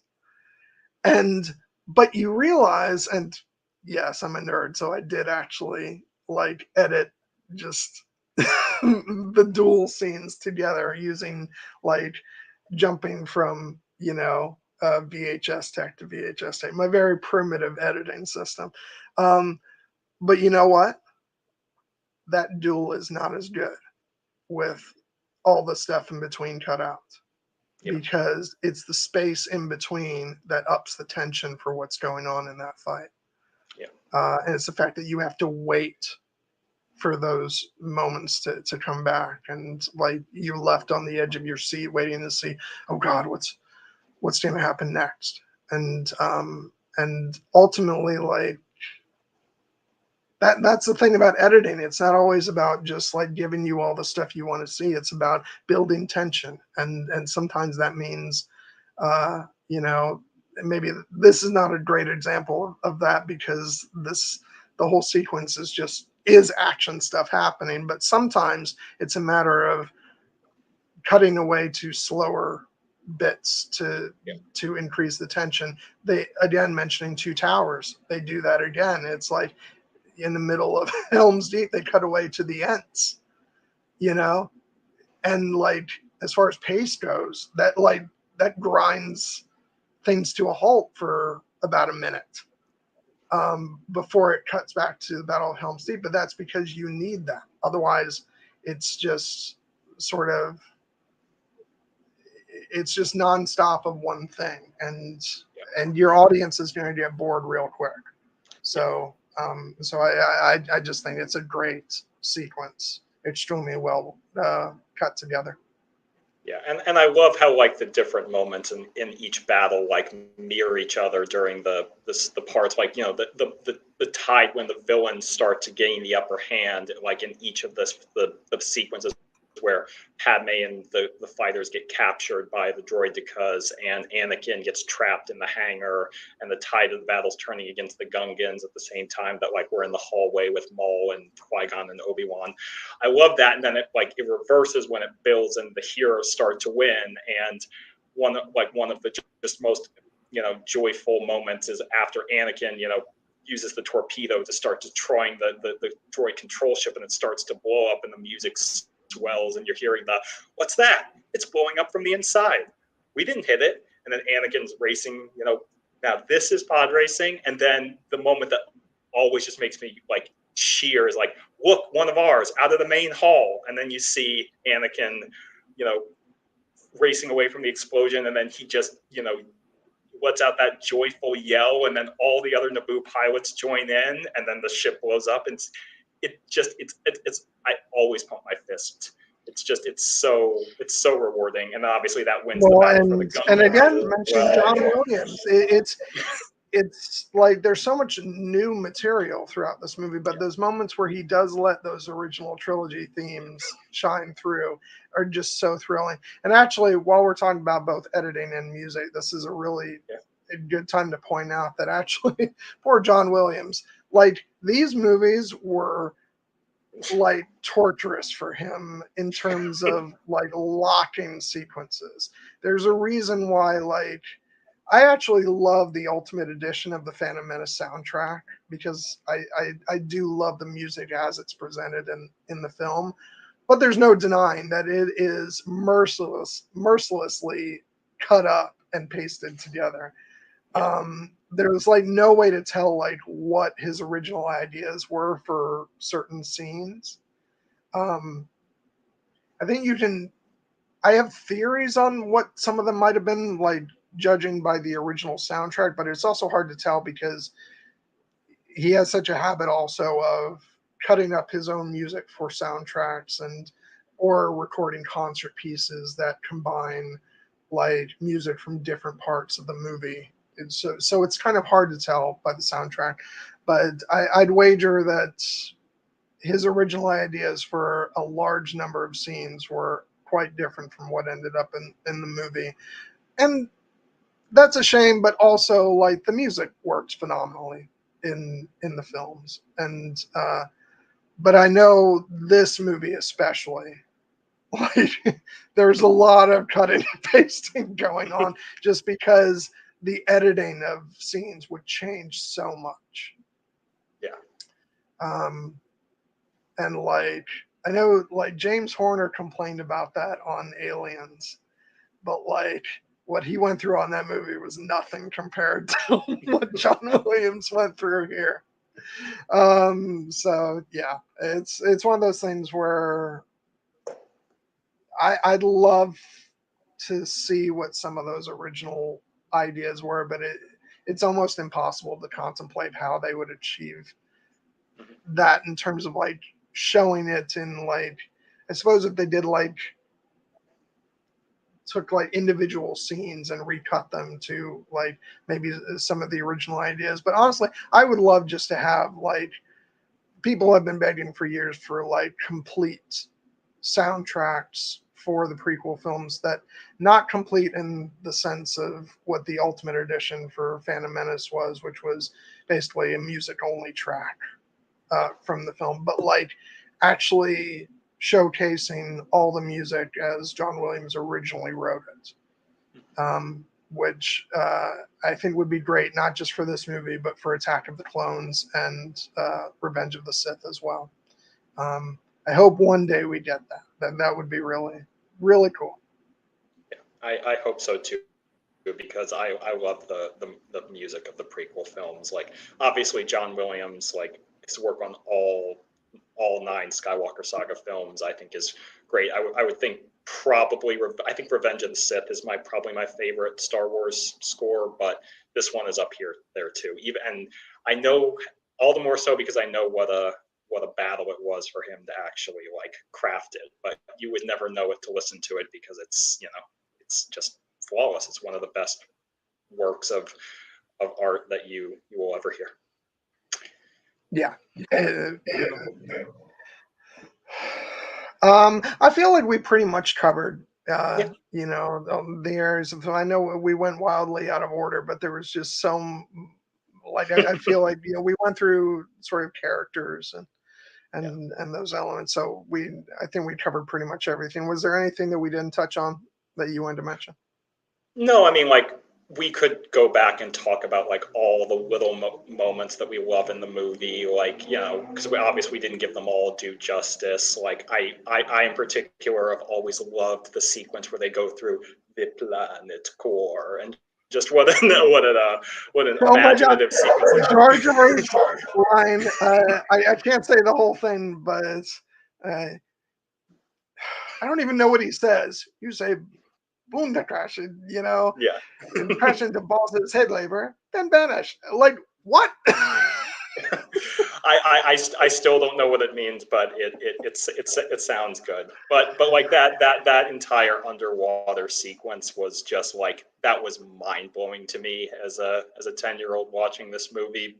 And it's the kind of thing that like the original Star Wars couldn't have done because they didn't have that technology. But it's but like that's just one example. Like there are so many that we could cite, but I know I'll just run through some things real quick that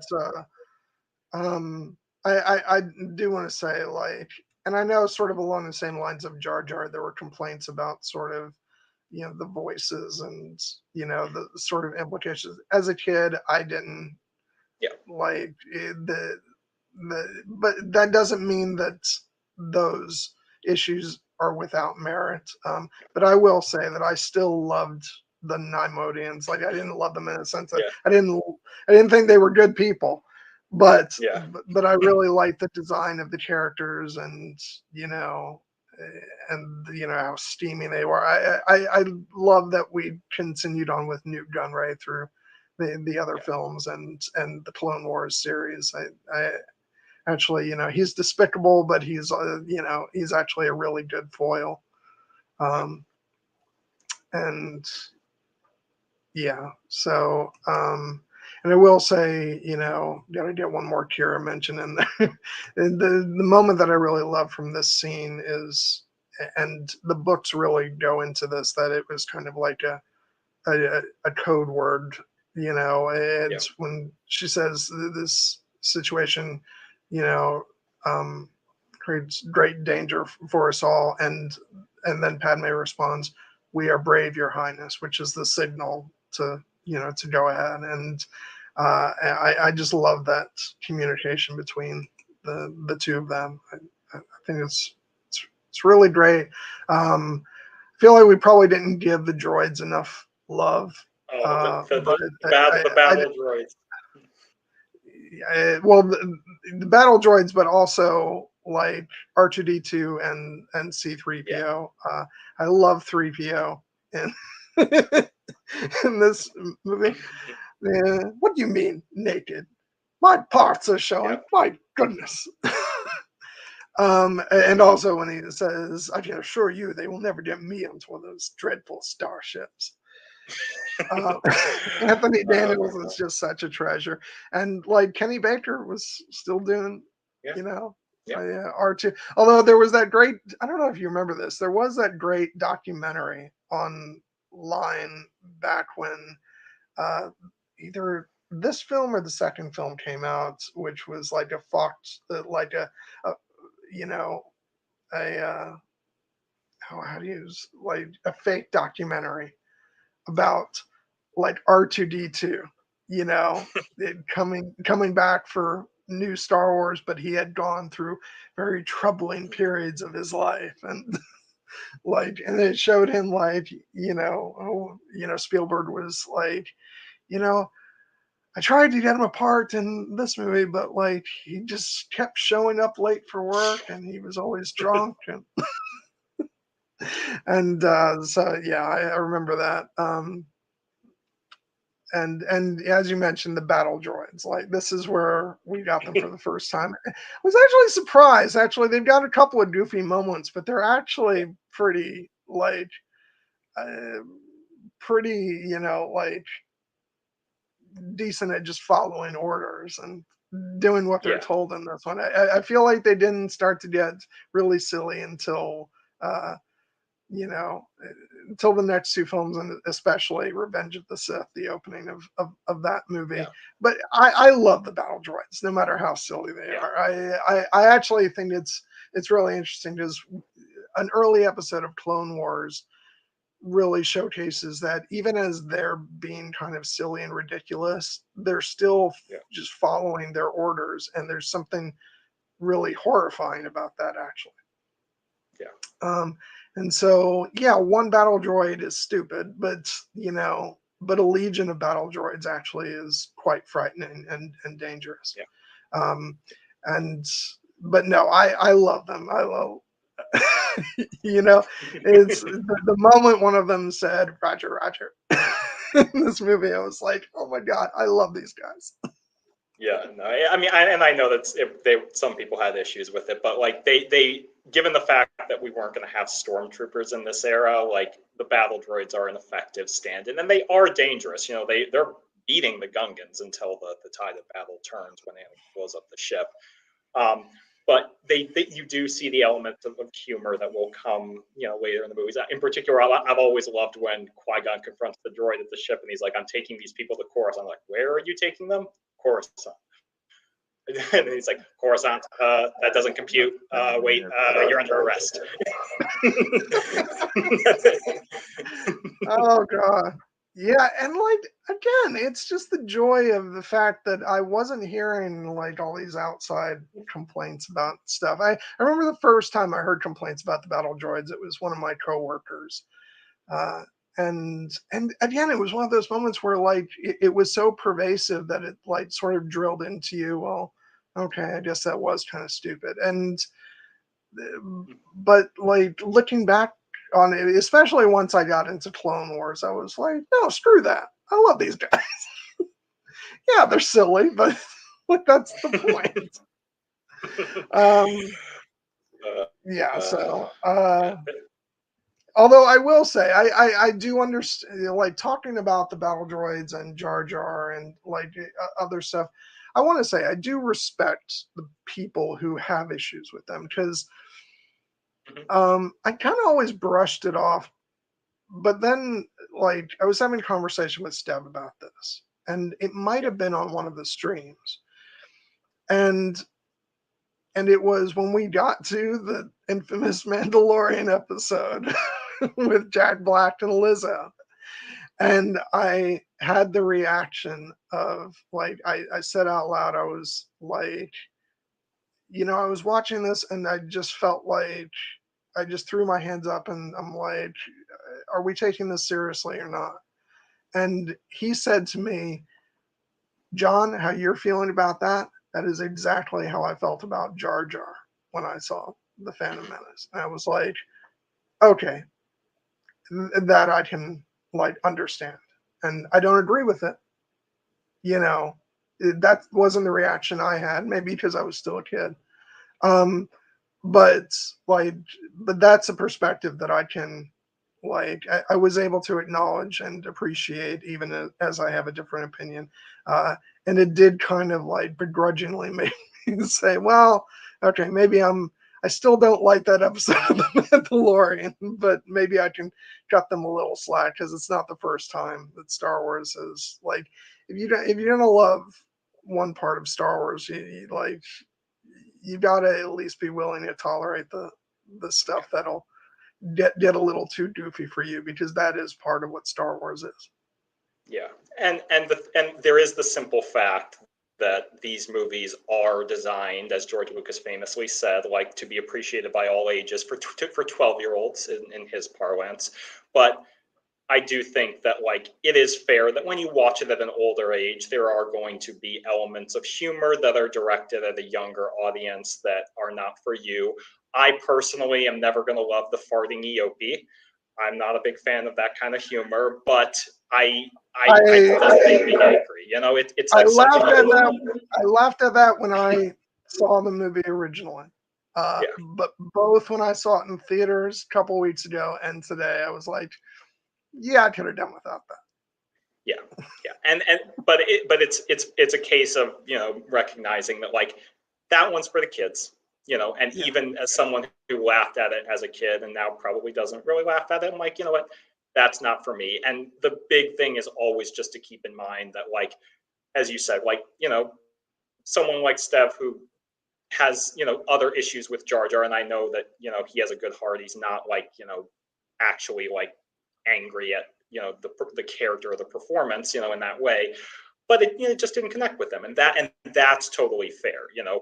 But like the thing we always have to recognize is that these movies they're designed for a new generation, and you know they're not always going to age with you. Like Star Wars was not made, you know, for the people who saw it in 1977 and will always be for them. You know, it has to start bringing in new people, and that's something Yeah, that I've always. that is the thing that I've heard, like, and a lot of times people will cite Andor for, you know, like as an example of what should be done, which I don't agree with. I love Andor, but I don't want all of Star Wars to be Andor, because you know it's Star Wars should continue to be a buffet that, you know, presents you with a lot of different flavors of storytelling. But I have heard some people say, like, well, like, you know, Star Wars as it was fine for me in 1977, but why can't the saga grow with its audience? I'm like, well, because it's not that kind of story. Star Wars is generational. It's meant to, like, you know, speak to a new young generation, you know, every so often. And you know, it's what the original films did, it's what the prequel films did. Clone Wars did that, Rebels did that, the sequel trilogy did that. um, and now I think we're going to see a new generation. I guarantee you there will be a generation that grows up and they're like, the Bad Batch was my Yeah. first Star Wars. And yeah, and that'll continue. It's yeah, this is not the kind of story that just sticks with one audience and then evolves and changes to speak to that audience. That's thrilling when that happens, but you also have to accept when that's not what the creator had in mind. And Lucas never intended this to be, you know, a saga that got more mature as its one and only audience grew older. That's just not what he designed. Um, so, you know, if you're not on board with that, that's fine. That's why I think it's good that there's stuff like Andor to Yeah. appeal to the people who do want their Star Wars to be a bit more in line with like what they're receptive to now at this point in their life. Um, so, you know, I said I don't want everything to be like Andor, but I would like some stuff to be like Andor. You know, it's I'd like to see them sort of take what was done with that show and kind of run with it on other projects. But then I'd also like to see, like, I don't think the Acolyte is going to be like Andor at all. I think it's going to be its own unique thing, and I'm very interested to see what that's going to be. Um, and yeah, and Mhm. Yeah, I don't know how we got. Well, no, I mean, we were How talking. how did we get here? Well, we were talking about the battle droids and that Oh humor, yeah, and humor and yeah, and stuff aimed for kids. So yeah, it's um, so like that's always going to be a part of Star Wars, and I'm glad because having grown up with you know those humorous elements, and some of it may not work for me anymore, but more often than not, I will still have great affection in my heart for it. So, um, it's okay. Oh, I guess some stray thoughts I have. We've got got to mention Mr. CEO Bibble, yes, um, who Oliver Davies. Oliver Fortin Davies, who was also in an episode of Game of Thrones, Yep, Maester Crescent. yep, And also standing next to him, Hugh Corshi, who yep, I knew before this film from the original Highlander. yep. He was in that, and a little sad to see where his character has gone in the novels. I'm like, Yeah, shame on you, yeah. shame on you, Panaka. But Yeah, I was always a little saddened that he didn't return for the Attack of the Clones or Revenge of the Sith. His spot is kind of taken by his nephew Captain Typho, but and I think there was some behind the scenes reason for the actor not wanting to come back. But I always loved him in this movie, and I do appreciate the way that his character has gone in the novels, where he is becoming he is more of an imperial, sympathizer. He ends up becoming the Moff of the Naboo sector, and that's what his character did in the Legends as well. And knowing that, I kind of appreciate those moments where it actually seems like, yeah, he and Palpatine actually kind of seem to be aligned a little bit in their philosophy. But ultimately, in this movie, Panaka is very, very much a heroic character, and yeah, it's no, nice to see him like following Padme's lead in the battle. He never questions her; he's there to support her. yeah, I always enjoyed him in the film. Um, a couple other things. I do want to sing the praises of Otagunga. I think it's one of the most Yeah, beautifully designed worlds. Like, just, if we haven't said it before, the design of this film is just spellbinding. I actually do think, I think I did mention it because I took out the art book. yeah, But, like, I'm just like, and I think this movie, like, its visual effects stand up, like, better than most modern films. Oh, I agree. I've come to really appreciate what they've done overall, what they did overall on the prequels. I think that as time has passed, the strength of all the visual work has really like stood out. It's just fantastic. Another thing we didn't really touch on an action beat. I love the desert fight between Qui Yeah, Gon and Maul. Uh, just like it's the first like crossing of blades in the film, and I just yeah, remember being like, "Holy shit, this is amazing! This is like it's new Star Wars and new Star Wars battles." yeah.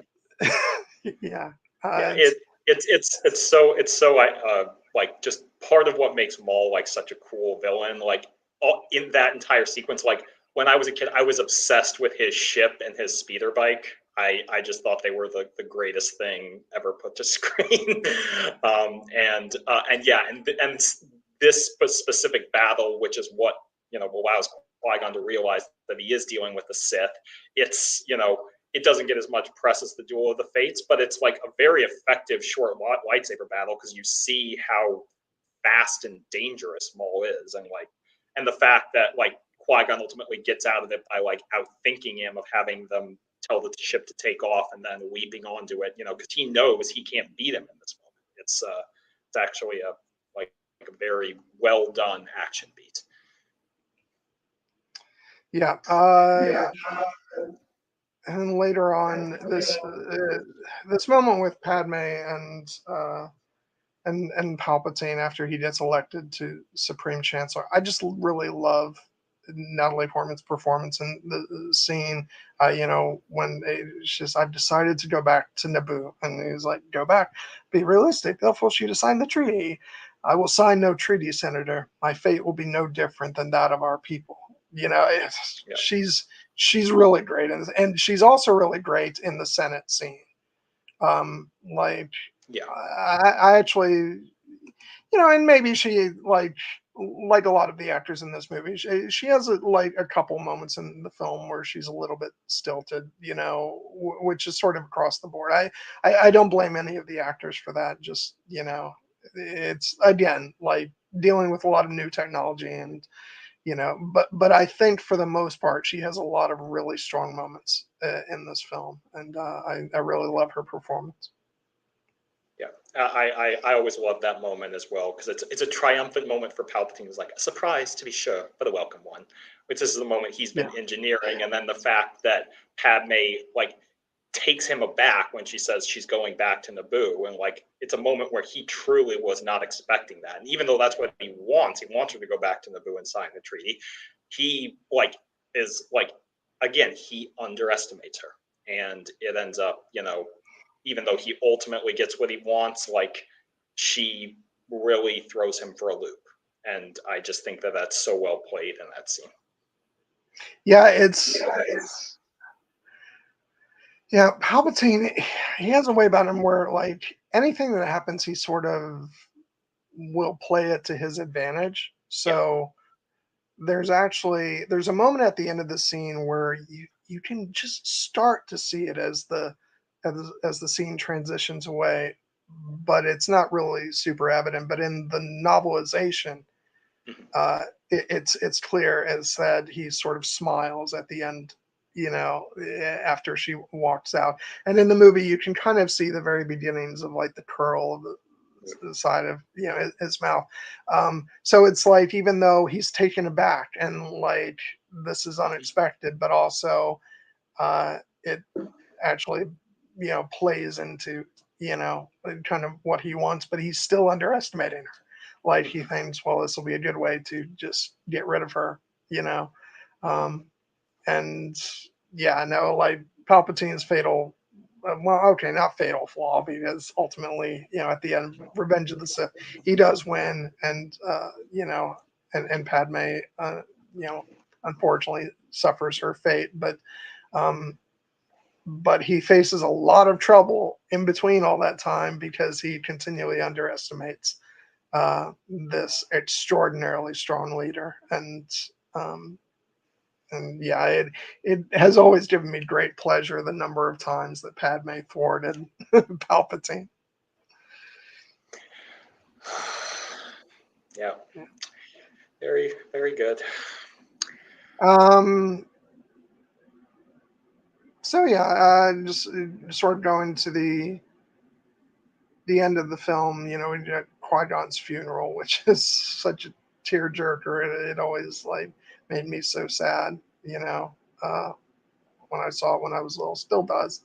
And then just that moment between Obi-Wan and Anakin, what will happen to me now? Council have granted me permission to be. Council have granted me permission to train you. You will be a Jedi, I promise. And oh God, just hearing those words and knowing what eventually happens, you're like, oh God. Yeah. Yeah. Yeah. I always loved that because that I think there was like an Obi-Wan action figure that was released before the movie, and that was the line that like it was paired with was the you will be a Jedi, I promise. And like those are the kind of like connections to the original films that like By the way, really give it yeah, right there, right there, right there. That give it that additional resonance because ultimately those of us who had seen the original trilogy knew where the story was going, but it still feels like monumental to actually witness it. Like I know that it's now become like one thing like in that final celebratory sequence, which I've always adored. It's one of my favorite endings in any Star Wars movie. Like it became du jour for people to say, did you know that the music is actually Palpatine's theme sped up? You know, it's part of, like, it's foreshadowing the fact that he's winning. And I'm like, that's really cool. But it's also, I still take it as like a victory for the heroes, because, you know, they did liberate their planet. You know, So that when you were saying that, I was like, oh, also, did you know that Viggo Mortensen broke his toe? yes, I feel like those two have become the did you know facts among the nerddom. You know, but it's but like I adore that celebratory sequence so much. Like Augie's great municipal band. Like, it's just that the joyful sequence, and the whole like idea of like early in the movie when Qui-Gon and Obi-Wan had been talking to Boss Nass and being like, you and the Naboo form a symbiont circle. What happens to one of you will affect the other. And then seeing Padme breach across that divide and, you know, humble herself before the Gungans and seeking their help. And then they unite and liberate their homeworld. And this is a celebration of that. Like, yes, we get the small grace notes with, you know, foreshadowing about Anakin. I love the scene right before this when, you know, Yoda is knighting Obi-Wan, and then he just kind of says very solemnly, your apprentice Skywalker will be. Always get chills at that moment. But in this particular sequence, I love how truly like a victory it feels, like the end of A New Hope. And in particular, the moment that I always love is when, you know, the peace orb, you know, when Padme hands Boss Nass the peace orb, and he raises it above his head and says, peace, and everyone cheers. Like, it always just warmed my heart. I always echoed that moment when I was watching the movie myself. And that actually ties in rather beautifully towards the screening that I just went to of the Phantom Menace in 2 weeks ago in theaters, which I loved. It was awesome to see this movie on the big screen again. It was, you know, a decent crowd, not like, you know, every seat filled, but a good crowd, and they were engaged and they were enjoying the movie. They weren't like, you know, being overly boisterous, but it was a good environment. But the moment that like truly made it special for me was right at the end. We got to that sequence and the big celebratory band and the peace orb, and right when Boss Nass gets the orb and raises it above his head and shouts peace, there was a kid sitting behind me, like a couple seats over the row behind me. And when Boss Nass, you know, shouted peace, he shouted peace too. Like, and I looked back and he was holding up his hands up above his head, you know, shouting along with Boss Nass. And it just made my heart, you know, feel so warm and full, because I was that kid, you know. And now 25 years later, that kid who was not alive when the Phantom Menace was originally released, he is seeing this movie. He clearly knows this movie. He loves this movie enough to love that moment and know that moment is coming and cheer along with it. And that really what hammered home for me. This has become a generational story, as the original trilogy once was. The Phantom Menace, now 25 years later, it is a generational story as well. And it was the perfect little grace note to cap off that viewing. Yeah, I don't know. It's a celebratory, like it's symbolic of peace. I don't know. It's just a symbol of the new peace that's between the two cultures. So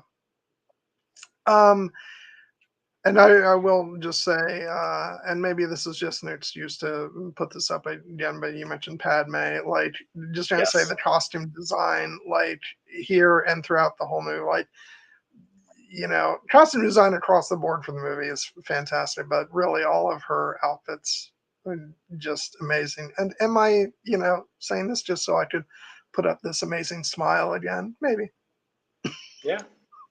No, I do love that moment sincerely for, like, you know, in addition to Trisha Beggar's costume work. I feel like we should say her name because it's Yeah. Amidala's outfits are iconic. But in particular, we've seen Padme throughout this movie go through so many trials, and we've seen her suffer along with her people, but then lead them to victory and form a connection with this young boy Anakin, who will grow up to be her future husband.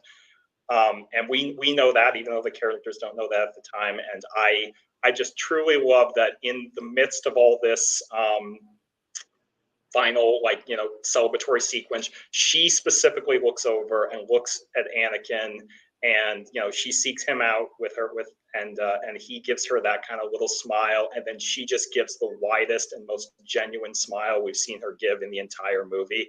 And I'm just like, that it feels so good to see that, Yeah. for her and for all of our characters. And I can't think of a better note on which to end on. Yeah,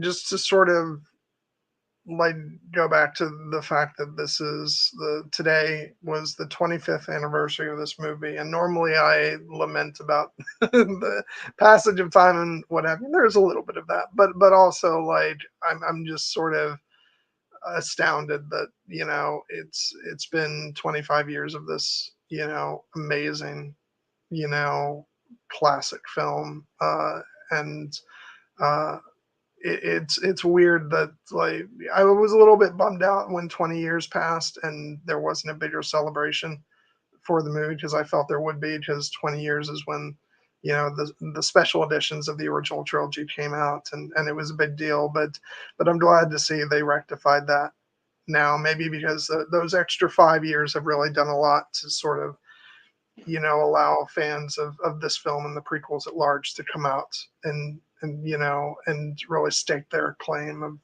their love for the film. And so this year really felt like you know a big Phantom Menace sort of event year of even we got a novel, the Living Force, that came out, that takes place right before the Phantom Menace. We got the movie back out in theaters. We got that gorgeous poster by Matt Ferguson, like, and really just this outpouring of love and in the fan community from the people who have adored this movie for 25 years, and we are among them, and it just feels so damn good. Yeah. Yes, it does. All the more so because of the trials that we went through.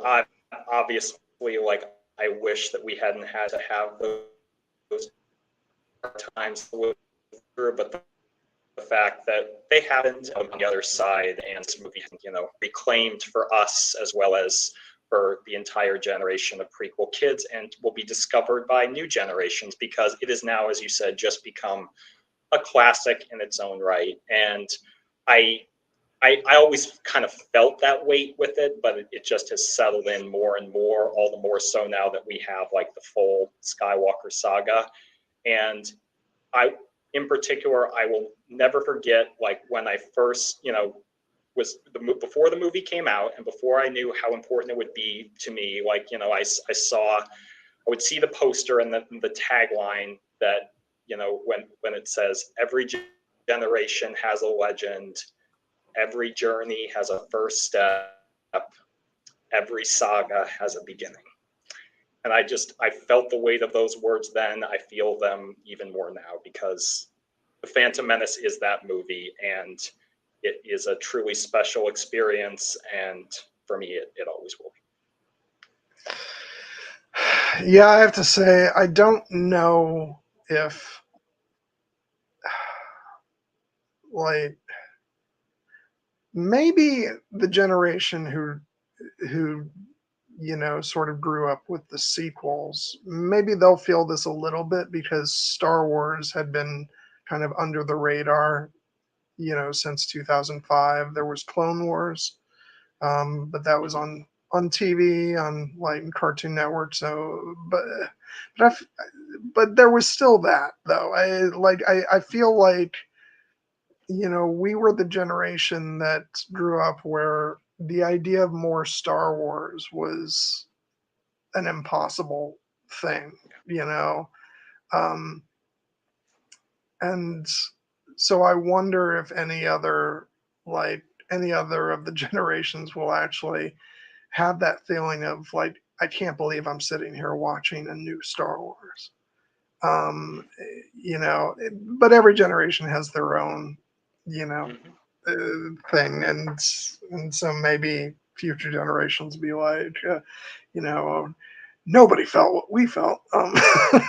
But I just like, there was something very special about the fact that there hadn't been a Star Wars film since 1983, Yeah. and there we were in you know, not that we were alive and then, uh, but there was something very special about sitting in that theater, you know, on May 19th, 1999, uh, and getting to see that Star Wars logo and that crawl for the first time and being like, this is our Star Wars, you know, and this is special. The fact that this exists. Um, I don't think I've ever felt anything quite like that, you know, since. I felt something entirely different when Lord of the Rings, uh, you know, came along. That was its own unique experience that is among the most rewarding theatrical experiences I've ever had. But it was different. There's nothing like, you know, every experience is different, even the like truly great ones.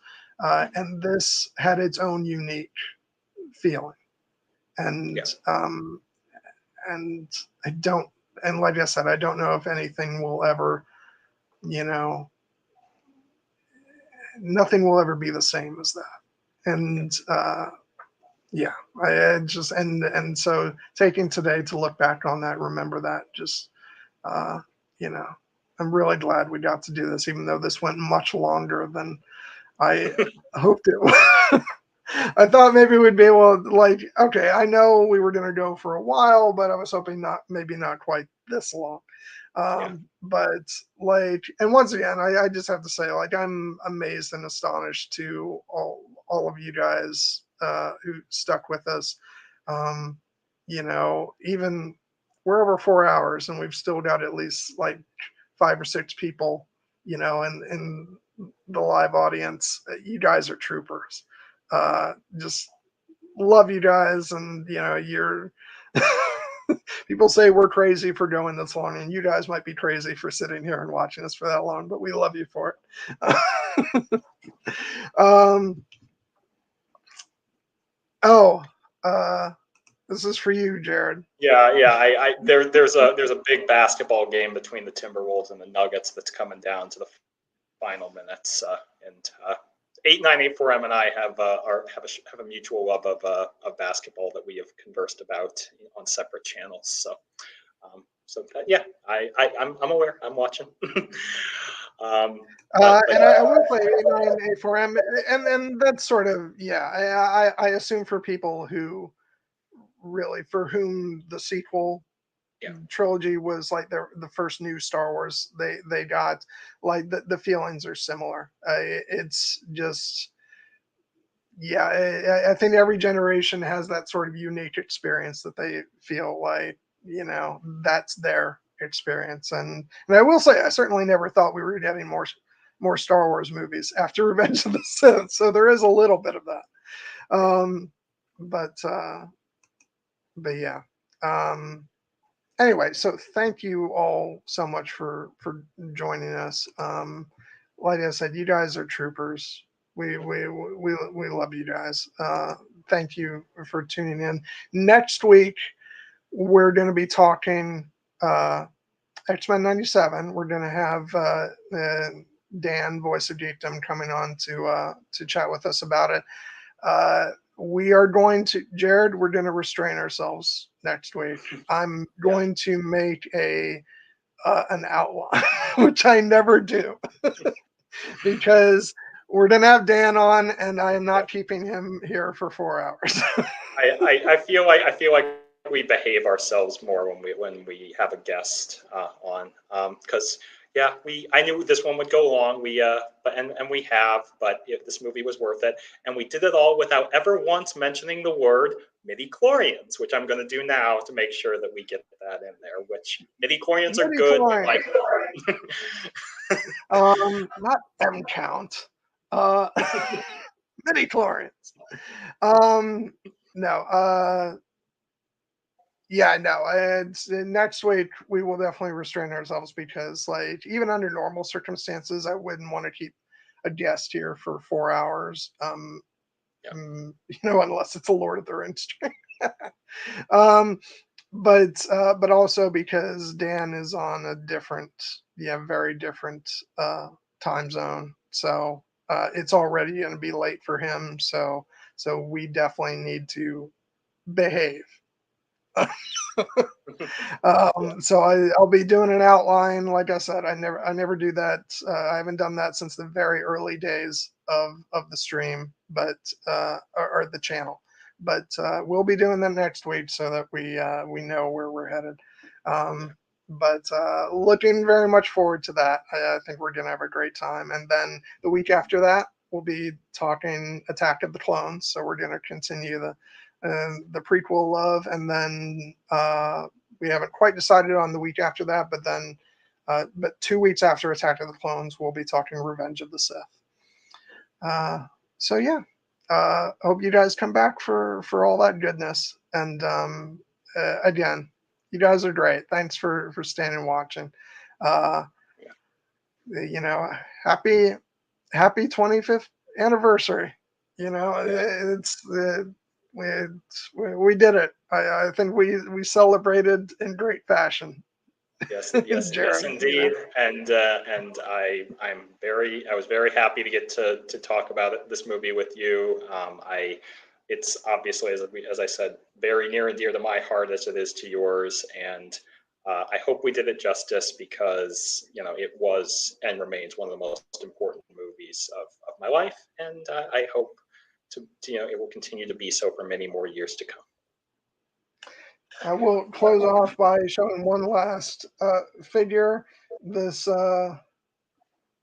it's actually not wrong, because, as we established, both Padme and Sabe played the role of Queen Amidala. So, but this action figure is definitely Sabe.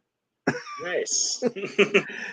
So yeah, finishing off, getting in that last Kira note for the end of the stream. Okay, thank you guys again. Anything you wanted to throw in there, Jared, at the last minute before we sign off? No, I just 8984M had posted in the chat about Scotty Gyro, who is part of the Bombad cast, did an awesome 2-hour-long essay on midi-chlorians that is well worth your time if you want midi-chlorian discussion, because we didn't really get to it in this stream, but he is the definitive voice on that. And yeah, if I was going to have anything else to say, I was just going to close with the words of wisdom that hopefully you will never ever forget. There's always a bigger fish. So. Oh my God! If you didn't say it, I wasn't going to say it. You took the words right out of my mouth. Thank you for that, Jared. But also, you stole my line. All right.